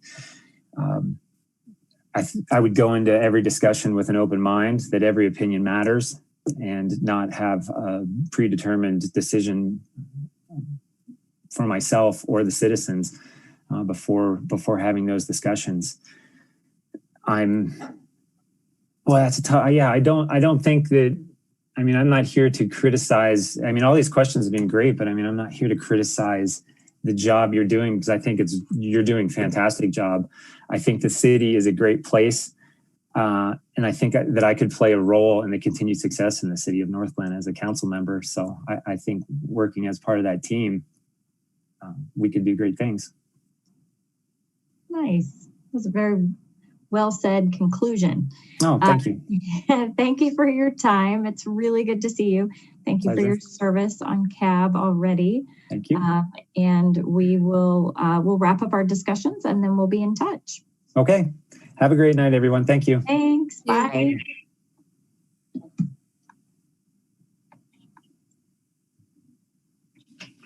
Okay, I am going to propose that we stand and stretch or get a drink or take a bio break, what I keep hearing it's called. Just take care of your own needs and come back probably, I don't know, by 9:30, so you have 7 minutes. Did you call it a bio break? That's what they call it at my mayor's meetings. They're always like, do you need a bio break? I'm like, that's a weird thing to say. Yes, I do. Can I go potty? I think it includes all things biological. So you could get a cup of coffee, you could get some water. Be right back, sweetheart. Joanna, are you on? Yeah. Okay. How did you see my text? How much time do you need? Did everyone submit their points? No. I guess I only need time if people have scores to go ahead and submit. Not everyone's submitting scores. So like on a couple candidates, 7 people have submitted scores, but on the majority, 5 people have submitted. I think Becky's using the paper sheet. So if she wants to give me those, I've created a little box in case it was easy to like take a picture and text it to me, but I don't think that's okay. That might not be working. So, I can give you guys the top 3. I like that idea based on what I have. But I think we need everyone's points. Okay.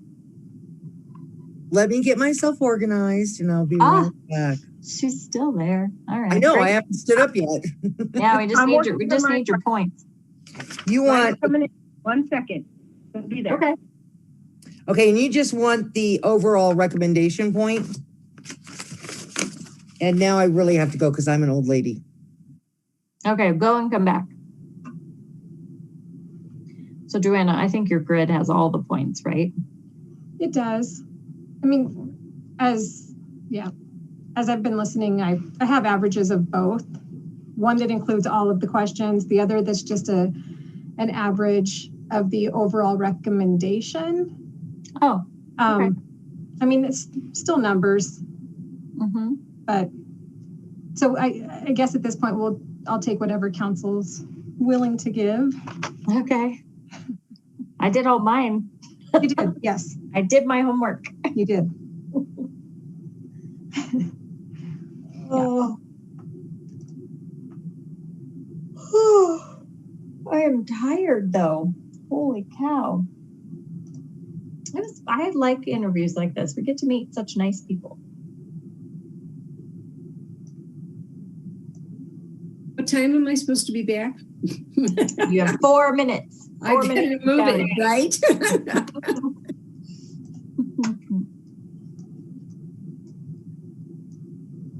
We should have asked a question. Are you a good timekeeper? Will you get us out of here by 11?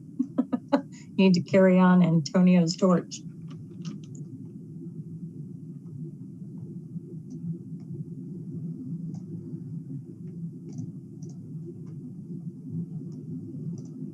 Side note, Heather, just a yes or no. Did you ever hear back from Nicoletti? I know staff reached out to, sorry if that was a delay thing. Staff reached out to him, but I don't have an update. So I'll check with Chief tomorrow. Okay. Yeah. And Diana, I'm rating your chocolate. Do you want some, Joanna? Want me to bring you some? No, I'm good. Just too tempting sitting there on her desk all alone. Take it. I've eaten so much that I'm like, I gotta ease up on the sugar. I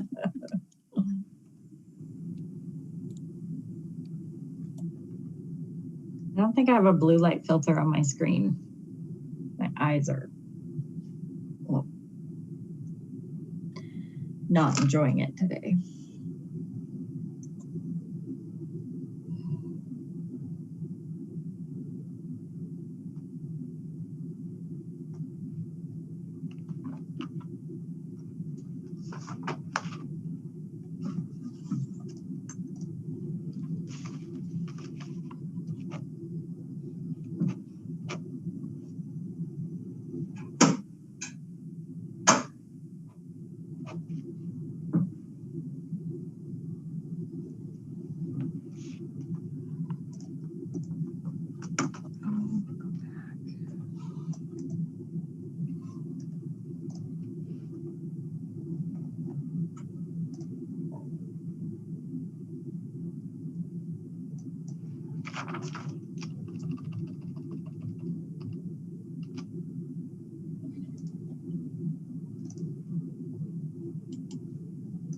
Joanna, my love, I'm just going to give you my overall, okay? Okay.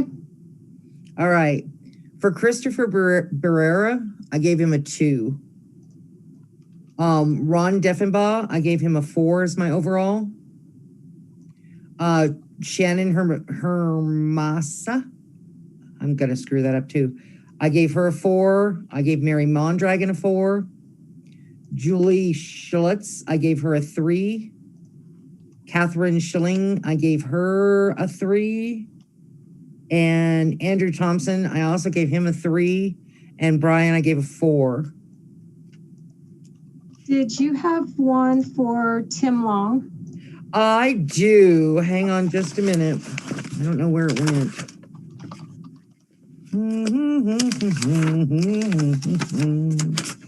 Singing the Smurfs.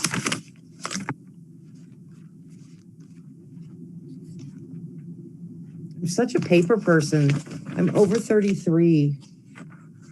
Okay, I gave him I gave him a 5. Okay. Thank you.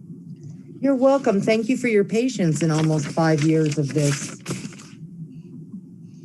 So Joanna, do you need specific council members to add some info?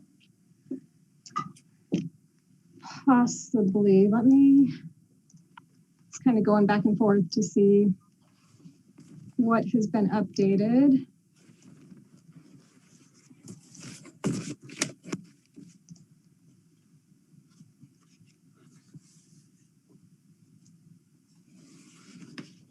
You know, I really don't want to do any more of these. I have 2 years and 5 months, so can we make sure everybody stays in place? That'd be a good idea. I like meeting people too. I really do. But I would have liked to know if, they had intentions of running.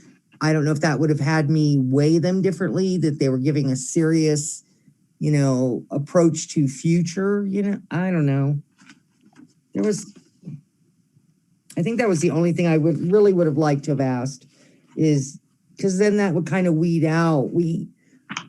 I know that the thing with that is that some people might look at this as an opportunity to try it out and see if they want to do it for longer. So they might not know. So welcome back, everybody. So Joanna is trying to tally everyone's votes. If you did not get them all submitted and want to add some information, do it electronically or shout it out like Becky did, but we need to get all the points. I'll do mine right now, Joanna. Sorry about that.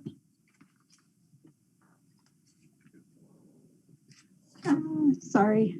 We can see the sweet baby in the corner. I I see her know. face.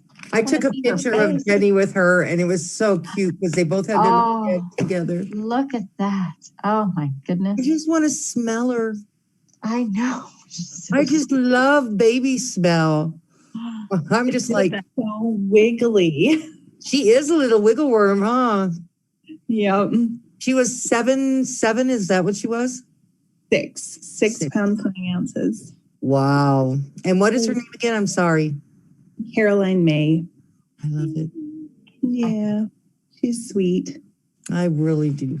You know, this is off topic, but I had an issue and had to have a complete hysterectomy.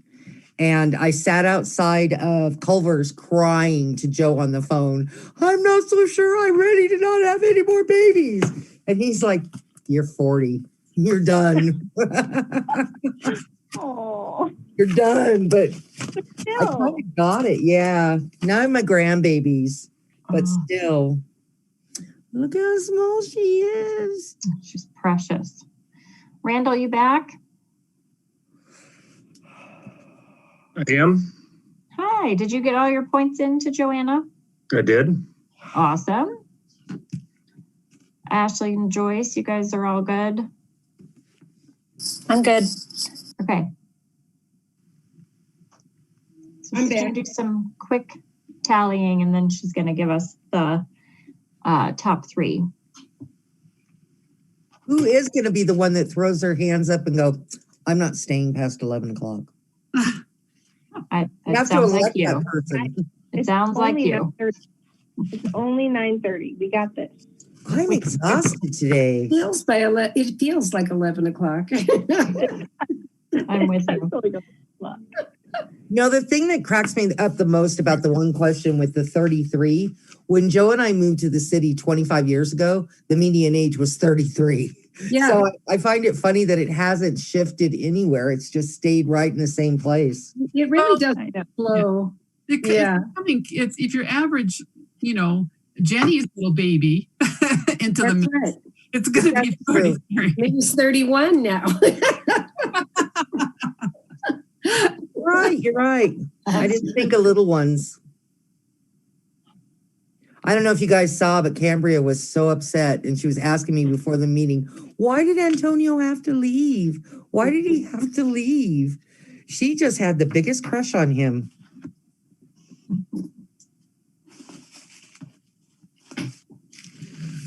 Joanna, how are we doing? Do you need more time? Jenny, were you putting your scores in using the form, or were you going to tell me what the scores are? I'm just finishing. I've got like 2 or 3 more left. I'm just like, I've got them. I promise it'll be really fast. No worries. Yeah. So yeah, a couple more minutes. Okay. I have to tell you, while we're waiting, that we have an outlet upstairs in the kitchen that stopped working. I was plugging in my tea kettle and it didn't work. So I told Wayne about that before I came downstairs.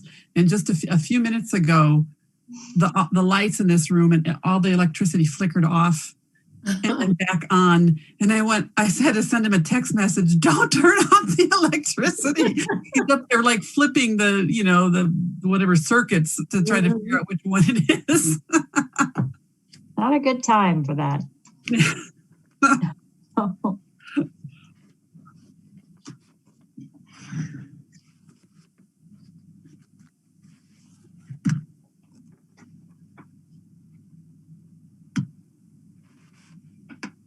Well, if anything, I like hearing all the ideas that our residents have. Mm-hmm.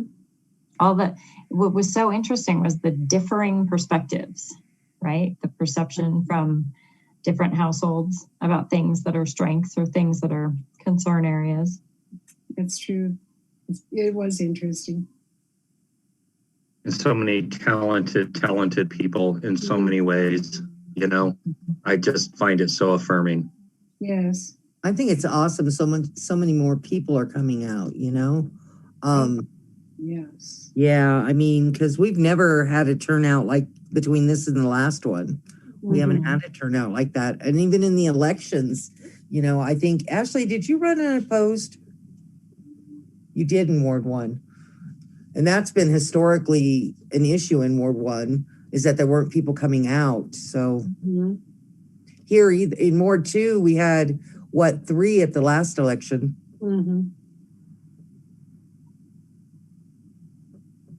Or 2, I'm Ward 2, aren't I? I think there was 3 last time. Yeah, there were 3. Yeah.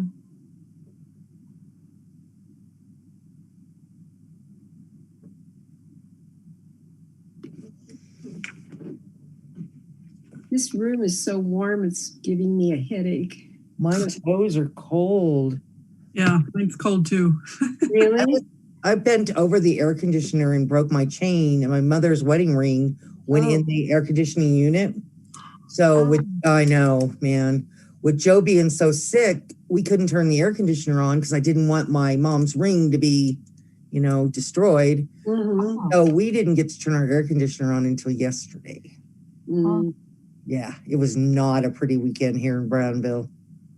I don't even have air conditioning. Yeah. Oh, I'm sorry. We have a window unit in our bedroom so we can sleep, but it's hot. The basement is so much cooler. Oh yeah, definitely. I was sleeping. I threw the dogs at the top of the bed, and I went down to the bottom of the bed so I could be right under the ceiling fan. It was like, oh.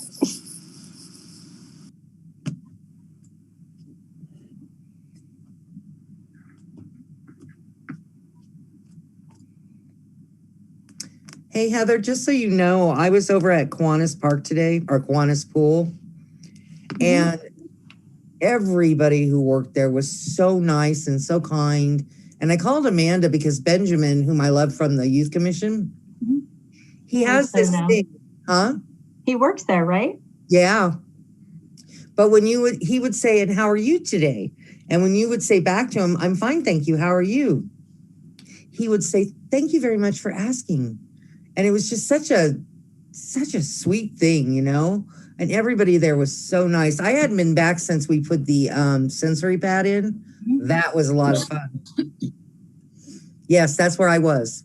Under that big old giant sprinkler head. I just was standing under it. That's great to hear. I'll share that with Amanda tomorrow. Absolutely. Thanks for that feedback. I think we're getting close. Think so? Yep. Somebody want to ask me what the count of my trees is now? We're getting close to 60. Oh my goodness. I know. Set up a village and sell tickets. We'll all come see. I'm actually building a forest to escape the family. That's what I told them. But I started making them and I'm starting to sell them. So maybe I'll find my next life during trees. I just love them. I just got a Santa and Mrs. Claus, and then it's got a huge tree in between it. It's 15 and a half inches tall, and it is beautiful. Just, it blew me away. I was expecting some little dinky thing, you know? And then I got the box, and it's beautiful, and it's huge. So I bought another stand unit for it this weekend at a garage sale. And Joey looked at me when I told him it was in my truck, and he's like, no. No. Yeah, no more upstairs. So I'm moving down into the family room. I know. I'll be moving in with Joyce and Jackson. Yeah. There you go. We can find a place for more Christmas trees over here. I know you could.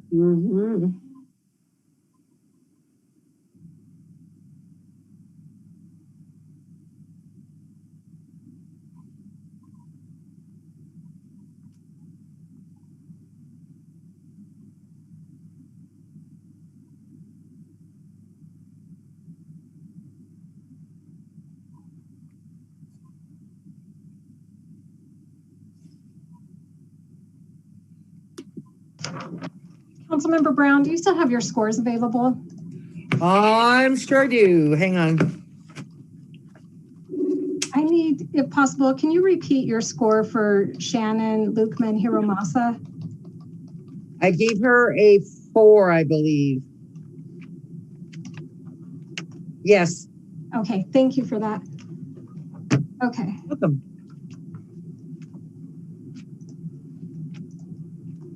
Alrighty, so let's see here.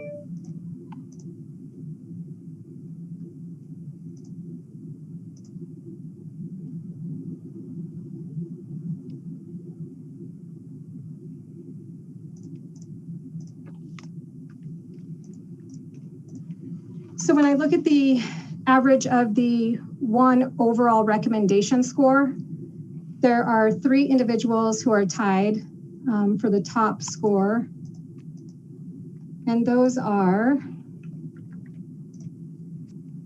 Mary Mondragon, Shannon Lukman Hiromasa, and Catherine Scheiling.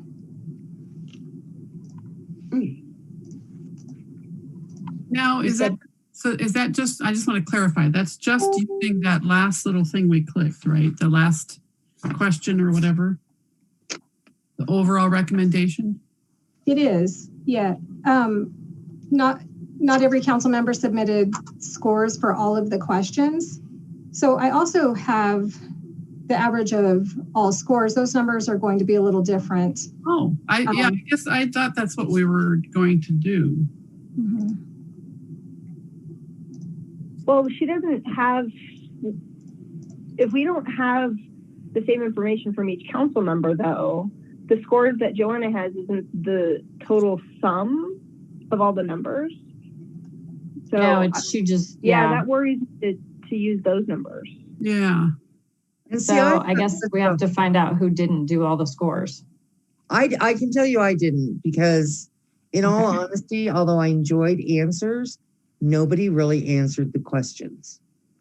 That's why I went to an overall rating, because if I was to rate, this is just my opinion, if I was to rate their questions, they wouldn't get higher ratings. They wouldn't get high enough ratings to show what they really were. This is just my opinion.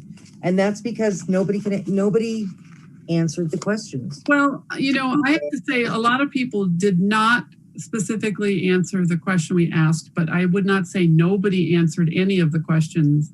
And I just feel like if I did all of those, I think that it's important to kind of take that. I mean, if I'd known it was just going to be the overall score, I would have done it differently. I'll just say that. I mean, what I did is I looked at what I had, you know, all the numbers I'd done for 1 through 9, and, you know, just kind of in my head mentally said, well, you know, that person is mostly blah, blah, blah. And that's the number I put for the overall recommendation. So if I'd known that's all we were going to look at, I would have done it differently. Would it have changed your overall recommendation? Oh, yeah. Mm-hmm. Because I assumed that we were taking all of those points, all of, you know, from all the questions and going to do some kind of an average of those. So, you know, like something, you know, they might have some 2s or some 5s or whatever. That would all kind of come out in the wash. So I don't know. I just do feel like that. So Joanna, is it possible if folks wanted to redo it? So if we're all only going to look at that last question, can we resubmit the forms and you could delete the old data that's populating those forms? I mean, is that an option we want to consider? I agree with Catherine, because I was assuming, and I think it's because that was the directions, but also that's how we did it last time. And so I did it as we went. I was giving them their points per question. So it was fresh. I think it would be really hard to go back and do that. I don't know where mine are. Like, I don't know if I could look at it again. No, once you submitted your set, you'd have to submit your forms again if you wanted to change them. Yeah, I did it on the paper, and I just did it electronically. So I wonder, like, Julie, what you're talking about, I would have to go through and do a gut check and like maybe number them 1 to 9 or 9-1, whatever, more points or less points, doesn't matter. But I don't know how to remedy that unless, so I know Becky, but I think Joanna, you said not everybody did them. Is this a bigger issue or? I mean, it depends. It varies. There are some scores where only a couple questions don't have a rating. So it's not a whole lot. Well, I guess if I had anything blank, it's because I just forgot it or, you know, clicked something wrong.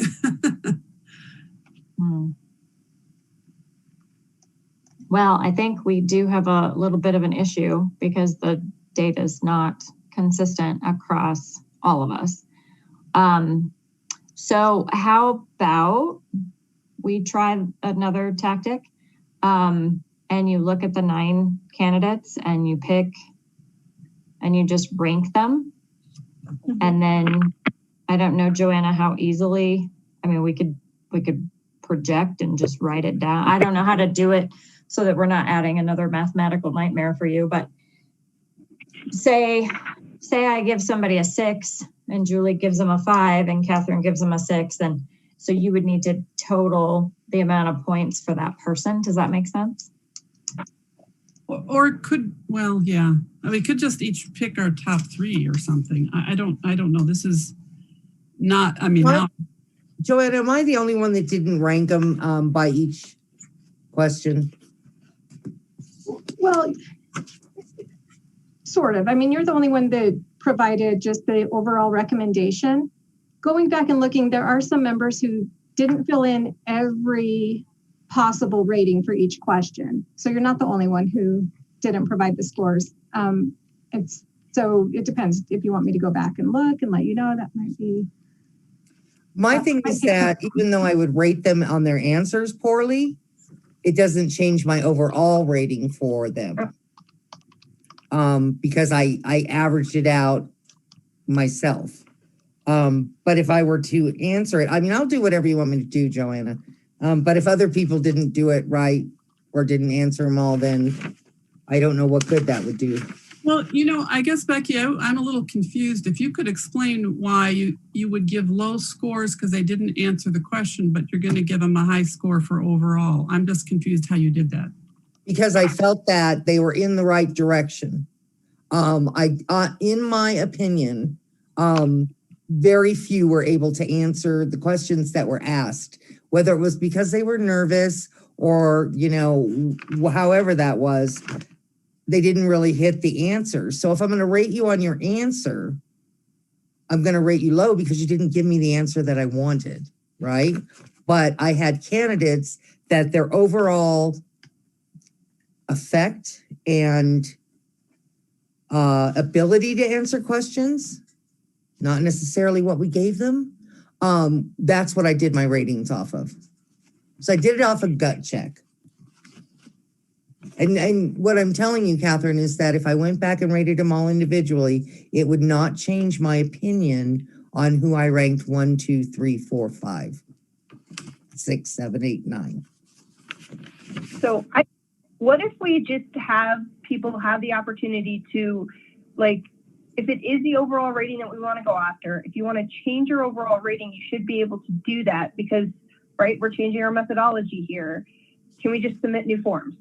The forms are already created. You just click on the link and you submit a new one, and Joanna could delete the old one because Becky's aren't going to change anyway, and everybody else used forms, right? But Julie, I have to do all 9 from memory. I did mine as they answered the questions. Well, just do the last question, your overall rank. Give them a 1 Oh, through just 5. change my, okay. Don't even worry about any of the other questions. Just do the last question. Yes, that is much faster. I can certainly do that. Want to do, yeah. So Joanna, do you know how to clear that so we can start over? I do. Do you want to use the forms or do you want to tell me verbally? I can use the forms. It'll go faster. Okay. Does everybody have to resubmit the forms? Because I don't want to change mine. Yeah, if you don't want to change it, then sure you do. You want to change yours. I'll leave it alone. I'm not changing mine either. That's why I'm not saying anything, you guys. It just seems kind of like Joanna, Would you tell us, first of all, if this is what we're doing, would you give us the go-ahead on when that is clear, if it automatically overrides something, and then now collectively we're going and putting together a list of finalists based on our overall recommendation, which was question 11 in our form, is that correct? What? It was the easy answer to that question is it was question 11. That's the overall recommendation. As I'm thinking through how this is going to work and not taking too much time away from council for the discussion, if you resubmit the forms, I think if some people don't want to resubmit, if you just submit another answer, I can see the timestamp, and I can also see that it's the answer where only one rating was given. So if you want to resubmit now, I think I would rather not clear. And then if there are members that don't want to resubmit, I will just go grab the new overall ratings, if that makes sense. So if we want to change it, we just click on that link to that person and go in there and change it starting now. Yes. Got it. And don't forget to click your name. Yes, please. And if you don't want to resubmit, if you'll let me know now, and I'll go grab your overall scores right now and put them in. I'm happy with what I submitted to you, Joanna. Okay, Joyce is happy. Ashley. I'm resubmitting really quickly.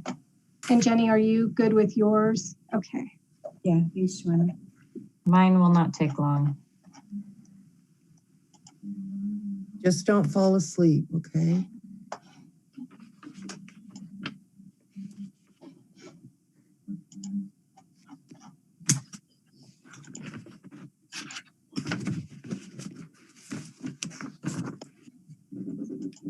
What'll be funny is if the same make it interesting, you can just call everybody back and we can interview them all over again, guys. Start over. I Thanks, Joyce. Not sure.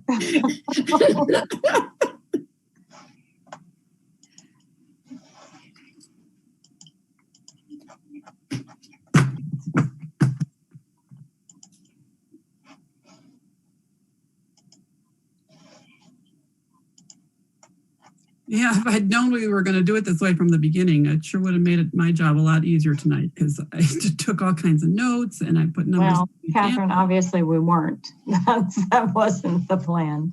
It's just how it turned out. Okay.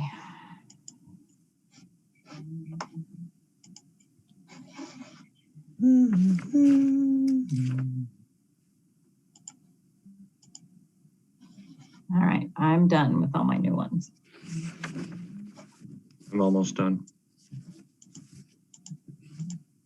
Feel free to take your time. Oh, okay. This wasn't as quick as I thought it would be. Done. It was a race. I beat Julie. I know. You were on it.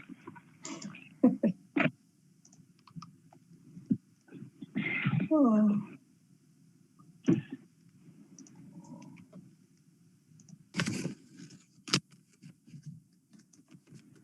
I know you would think that by now we were really good at filling appointments and vacancies. I know. You would think, but that's okay. 5, 6 times. Next turn, guys. We got this.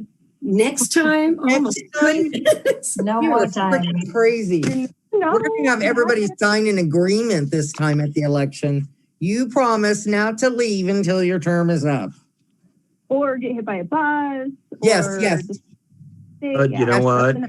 You know what, everybody, in all seriousness, and not to be dour on this, you know, there's 11 people that worked hard and prepared and spent time and interviewed and are going through this and expected a modicum of professionalism and consistency with us here tonight.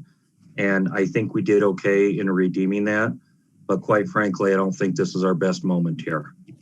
And I don't think it's something that we should be celebrating.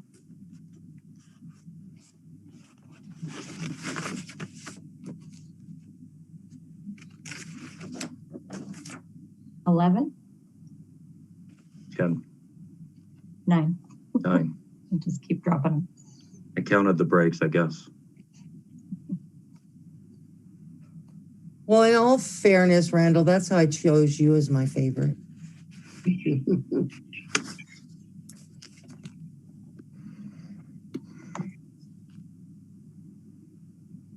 You're right, Randall.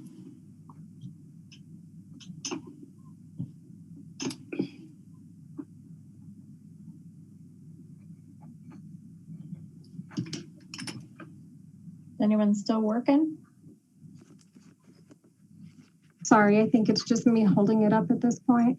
Oh, that's okay. I wasn't sure if people were still reviewing their notes.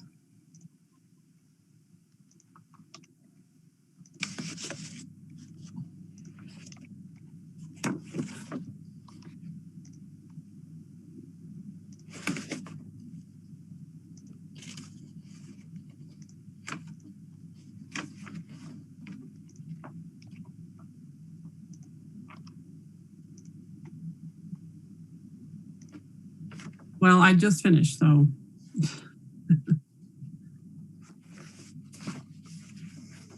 Show me that baby again, Jenny. Make the wiggle worm go. Oh, just love that baby. I am going to come over and hold her and smell her, okay?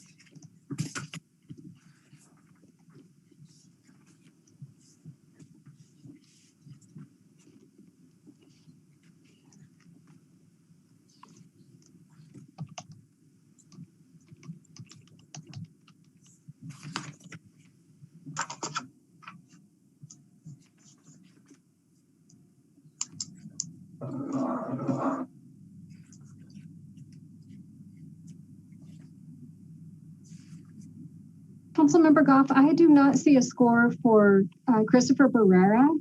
Oh, that was the first one I did. Maybe I just didn't click on something right. Okay, I'll go take care of that. Okay.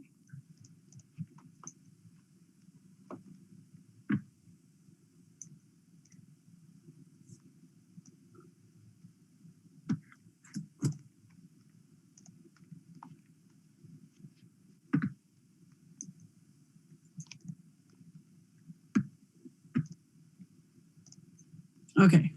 That might have been one where I didn't click my name at the beginning or something. I'm not sure, but.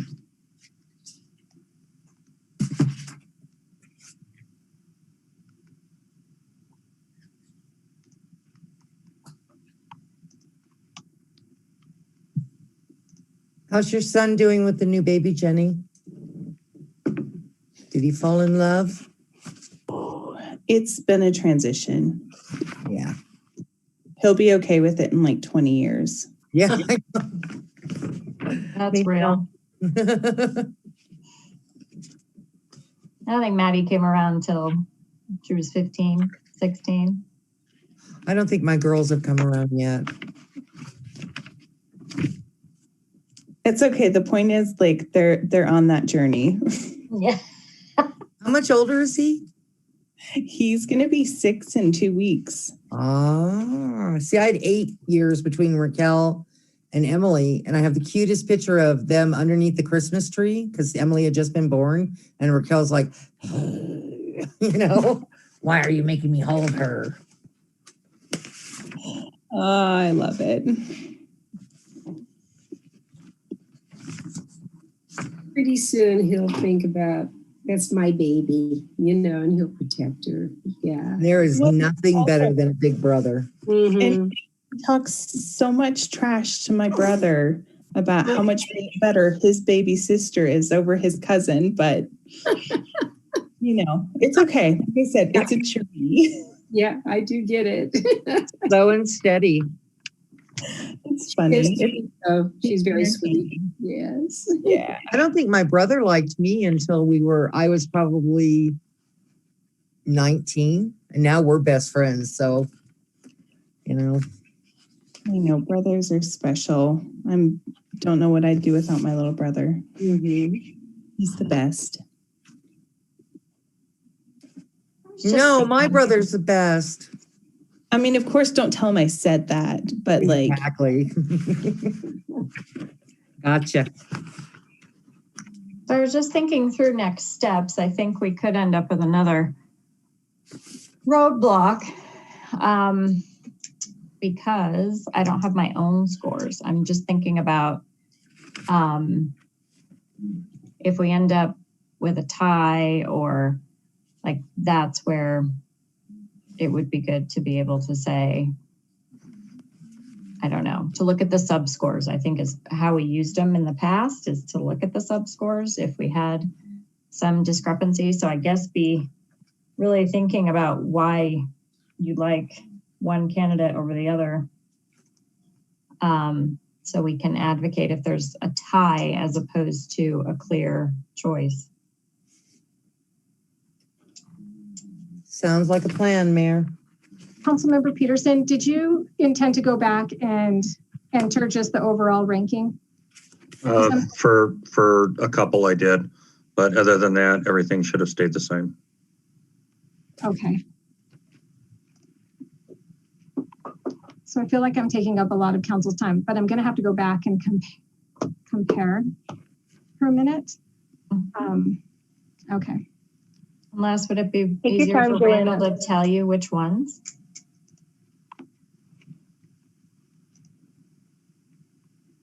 And no.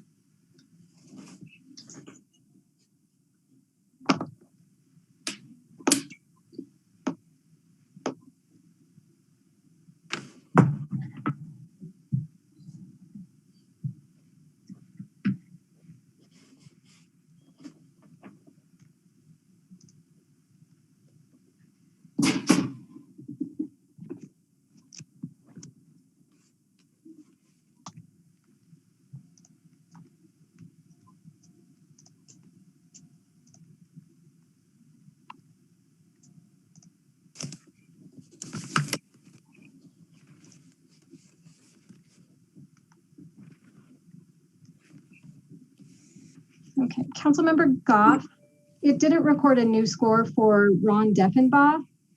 So I don't know if you want to enter a new one or use your old one. I didn't go back and change the ones that didn't feel like I needed to change. So I will do that one again. Or if you want to use your old score, if you can just tell me and I'll go grab it.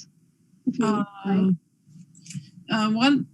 Yeah, why don't you go ahead and just use the old score?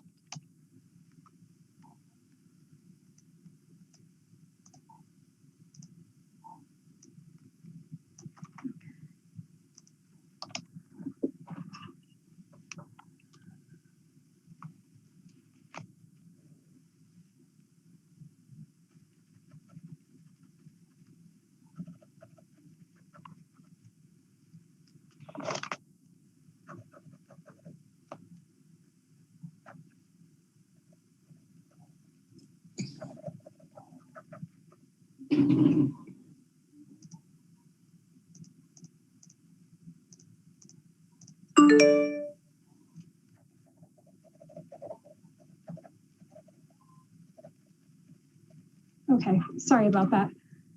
So now when we do Don't be sorry. Thank you for all your work. the average of the new overall recommended score, the top three are Shannon Lukeman Hiromasa, Brian Waselko, and Andrew Thompson.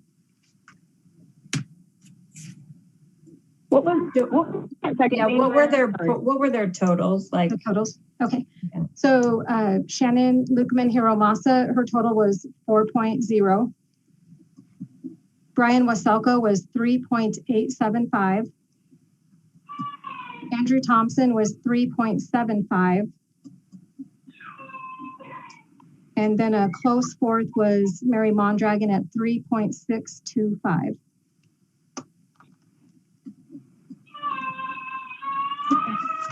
Okay.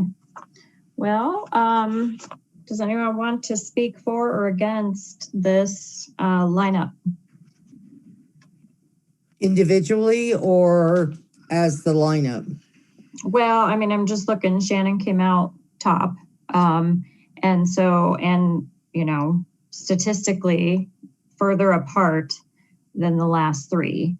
So are there supporting positions? Is there a challenge to this? I mean, I think the math, especially since we redid it for accuracy,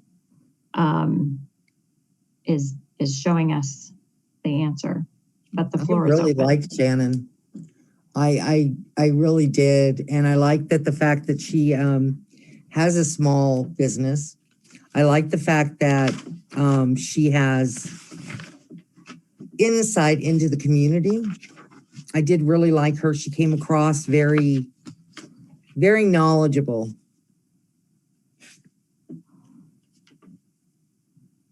I mean, she knew things about the city that other people didn't know, you know.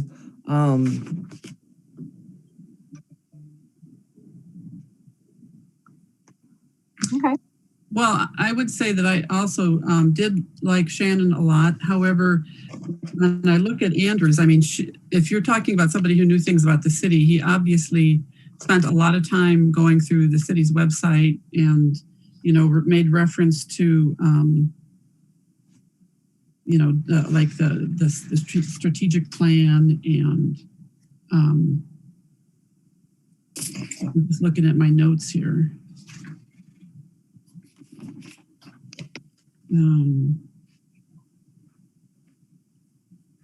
Well, I think since the numbers pointed us in Shannon's direction pretty solidly, unless you have a clear concern that you want to raise, I don't really know how much to discuss, unless you're wanting to change it.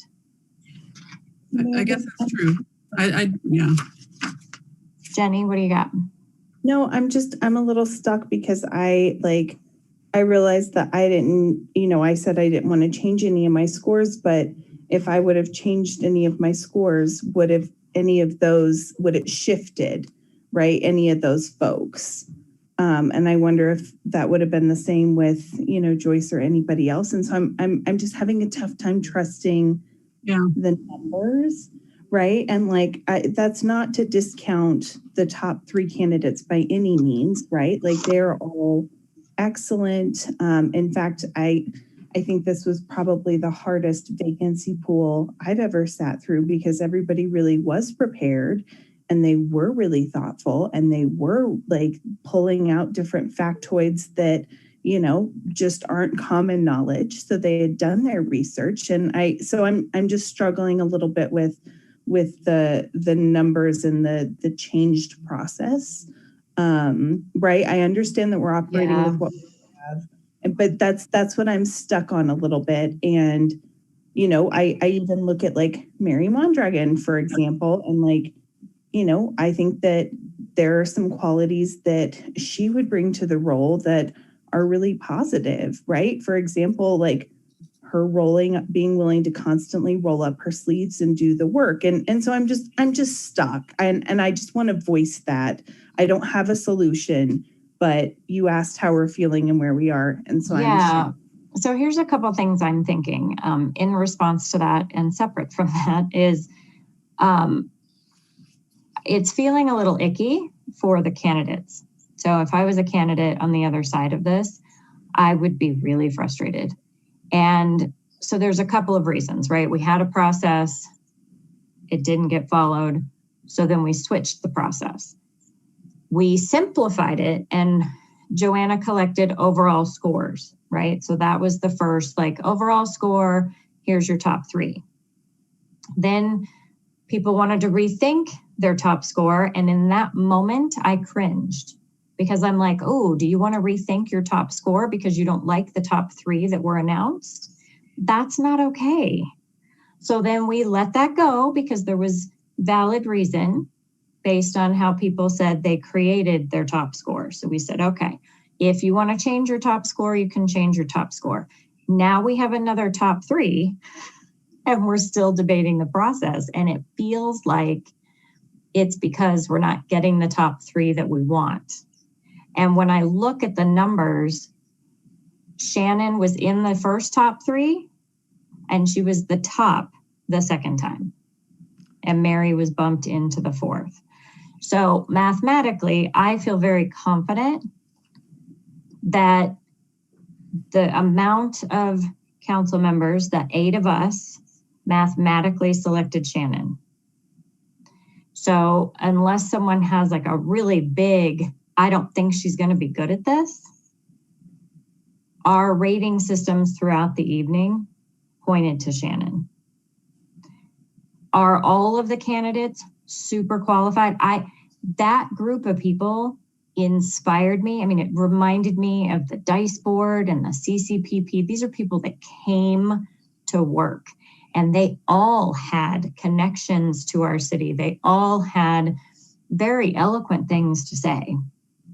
And so at the end of the day, when we put our rankings in, that's how it played out. So I'm just really concerned about how, if we keep redoing the counting, that we're doing a disservice to our candidates tonight. So I just wanted to say that because it is starting to feel icky a little bit. Julie, I see your hand.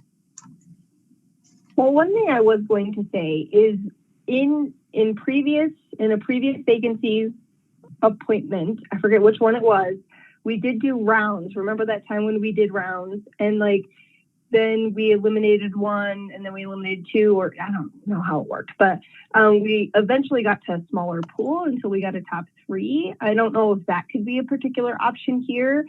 I do agree that, you know, the change in methodology isn't perfect, right? There are some consistencies among the two though. So how would council feel about moving forward with like, what's the top 4 or 5 and then like really trying to narrow it down from there? I mean, we've done that before in the past, but I don't, we got ourselves in a mess here. I'm not sure. Any other questions? Can you respond to the fact that Shannon has been elevated in both rounds, both options? Yeah, and so I think that is definitely a viable, you know, argument. But I'll be real honest. To me, I feel like I need to have the numbers from like the first round, then the numbers from like the second round, so I could like see them, because I don't really know how all of those candidates shuffled between the 2 rounds. And so now I'm just kind of a little frustrated and confused. And I would feel like we're doing more due diligence if we're taking the top scoring candidates from that last round we just did and then having a conversation, scoring them again as a group so that we could whittle it down inside. That's my suggestion or thoughts on how to move forward. I am definitely open to other people sharing ideas. Didn't we do top 5 that time, Julie? We did a top, I think it was like a top 5 because it was like 16 applicants or something. It was a long night. And we did a top 5 and it took two meetings to do. But we did stages where we narrowed it down and then we continued to vote until we got to a candidate that was, eventually got the consensus among the group. So that's what we did previously. Isn't that when we had 2 council people that were absent and that was one of the reasons? Is that the time? I'm trying to recall. Yeah. I believe that was for Lauren, I think. Yeah. Randall, I saw your hand. The first 3 of the top 3 were Shannon, Brian, and Mary. Is that correct? Mm-hmm. No, the first round was Mary, Shannon, and Catherine, and all 3 of them tied. Oh, okay, Mary, Shannon, and Catherine were all tied. And the second round was Shannon, Brian, and Andrew, right? Yes.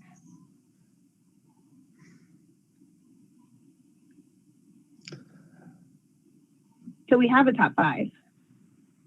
Mary, Shannon, and Brian, and Andrew. Well, not necessarily, because we're comparing apples to oranges of those. Then. Yeah, we are. That doesn't work. Yeah. I just feel like there was an expectation of how to do this, and it seemed like it was a process that, that I thought I understood. Once we start changing that, I think the more changes we make, the more confusing this gets. And so, if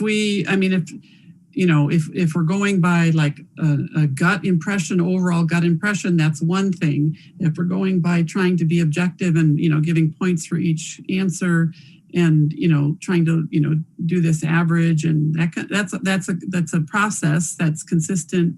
It maybe not be perfect, but that's a process that I was expecting. So if we start to change it, my concern is if we go to like another like top 3 or top 5, and then if people didn't take notes, and then some people are just going from memory, some people are going from notes, some people had different expectations about what this process was, then it just doesn't seem like it's going to be consistent, or I don't know. Or, is our goal to try to be objective, or are we just, I don't know. I'm confused at this point. Okay, well, there's a couple of things I would recommend. So I'm looking at the agenda for tonight, and there are next steps outlined for us if we are not at consensus. I would, and it's not a formal meeting, but I would like to at least make an informal motion that we move forward with the candidate that had the highest score the second time around after we were thoughtful about it. Because at this point, the more we nitpick the process, the worse it is for the candidates, because it really does look like we are manipulating the conversation because we don't like the answer. And I don't think that's fair. And I feel like the math was what it was the first time, and we didn't like it. So we had an opportunity to adjust our scores. And now the math is telling us Shannon is the candidate. If you don't have strong feelings about why Shannon will not be a good council member, then I think that needs to be elevated. But I would like to see, I don't know if it's a show of hands, like who's comfortable offering this to Shannon based on data. Based on data, I would do that, yes. I'm stuck with it though. I always felt like we were just this is gonna be a conversation starter of like who our top candidates are, and then we talk about it. It just feels. That's what I tried to do, and people started talking about the process again, not the people. So when I opened the floor to let's talk about the candidates, that was the opportunity for discussion about the people. But we ended up talking and sort of nitpicking and whining about the process again. So we're not moving forward. And I don't know. I think on one hand, we're overthinking it, but some of our overthinking is not very becoming. So, Jenny.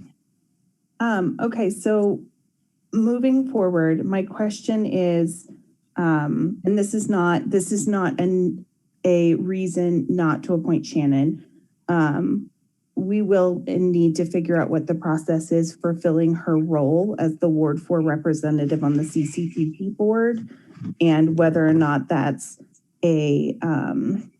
I guess an action that needs to be taken by the Ward 4 representatives, or like if that's a council conversation, because I don't know that we ever established that process. So that's one thing that her appointment will trigger. It's, again, not a reason not to appoint her, but just something that I have questions about. You know, and for me, I understand your concerns, but I think if she is appointed, then we take that as the next step. You know, we move on and not discuss it tonight, because it's going to have to happen one way or the other, you know. No, I don't disagree. I was flagging it. Got it. Okay. If I am the only one who is screwing this entire thing up, I can go back and I'm doing my scores right now. But when it shifts again, it's going to look like we are picking and choosing, and it will shift again.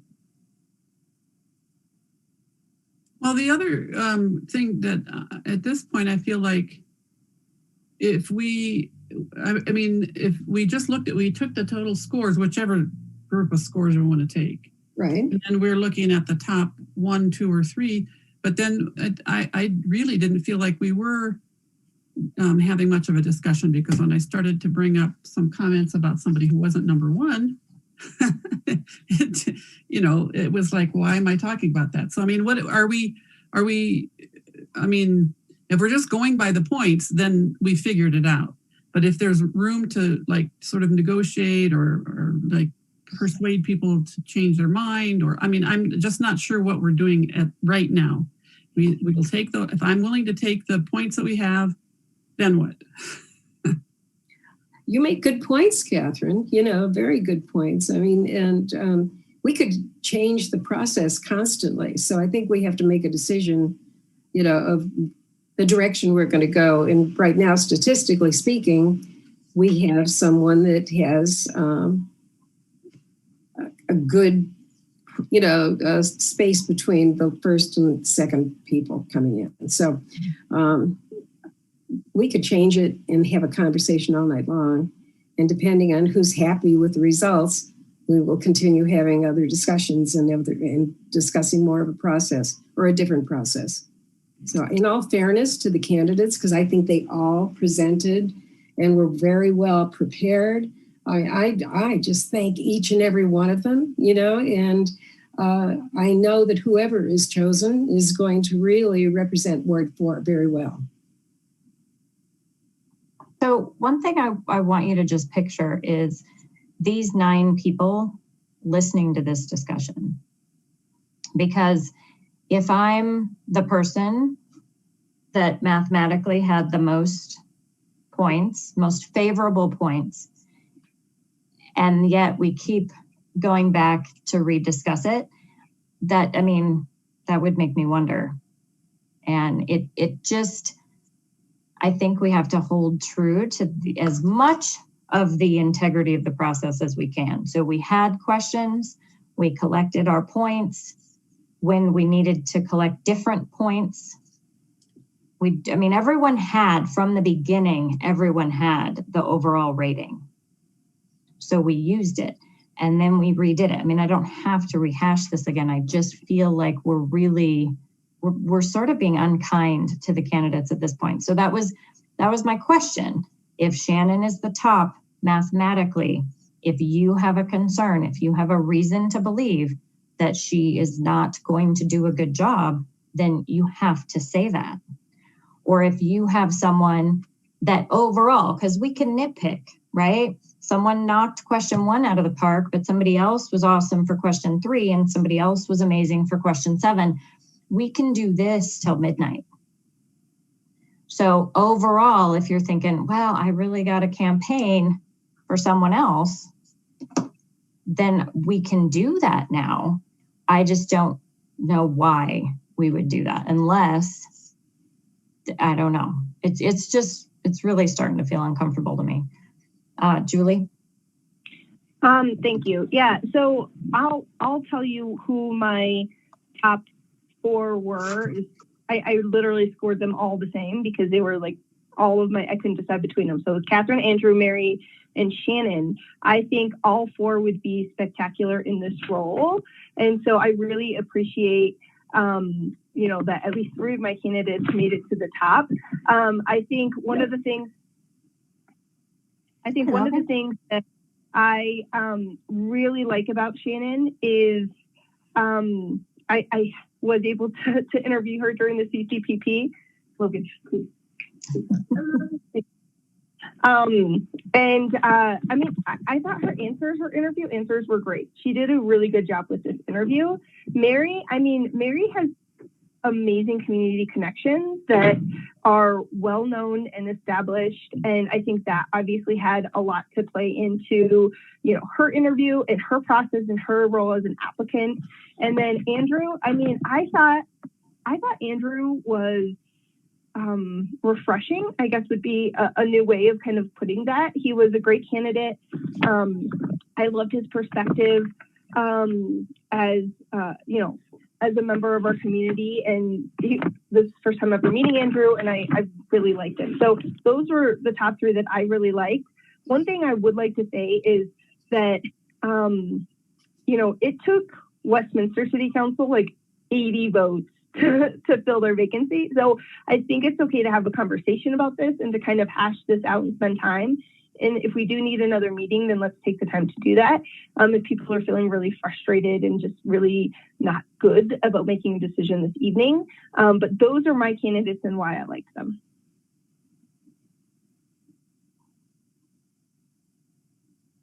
Randall? As everybody knows here, and for the candidates who applied for this position tonight, I was in your shoes and went through this.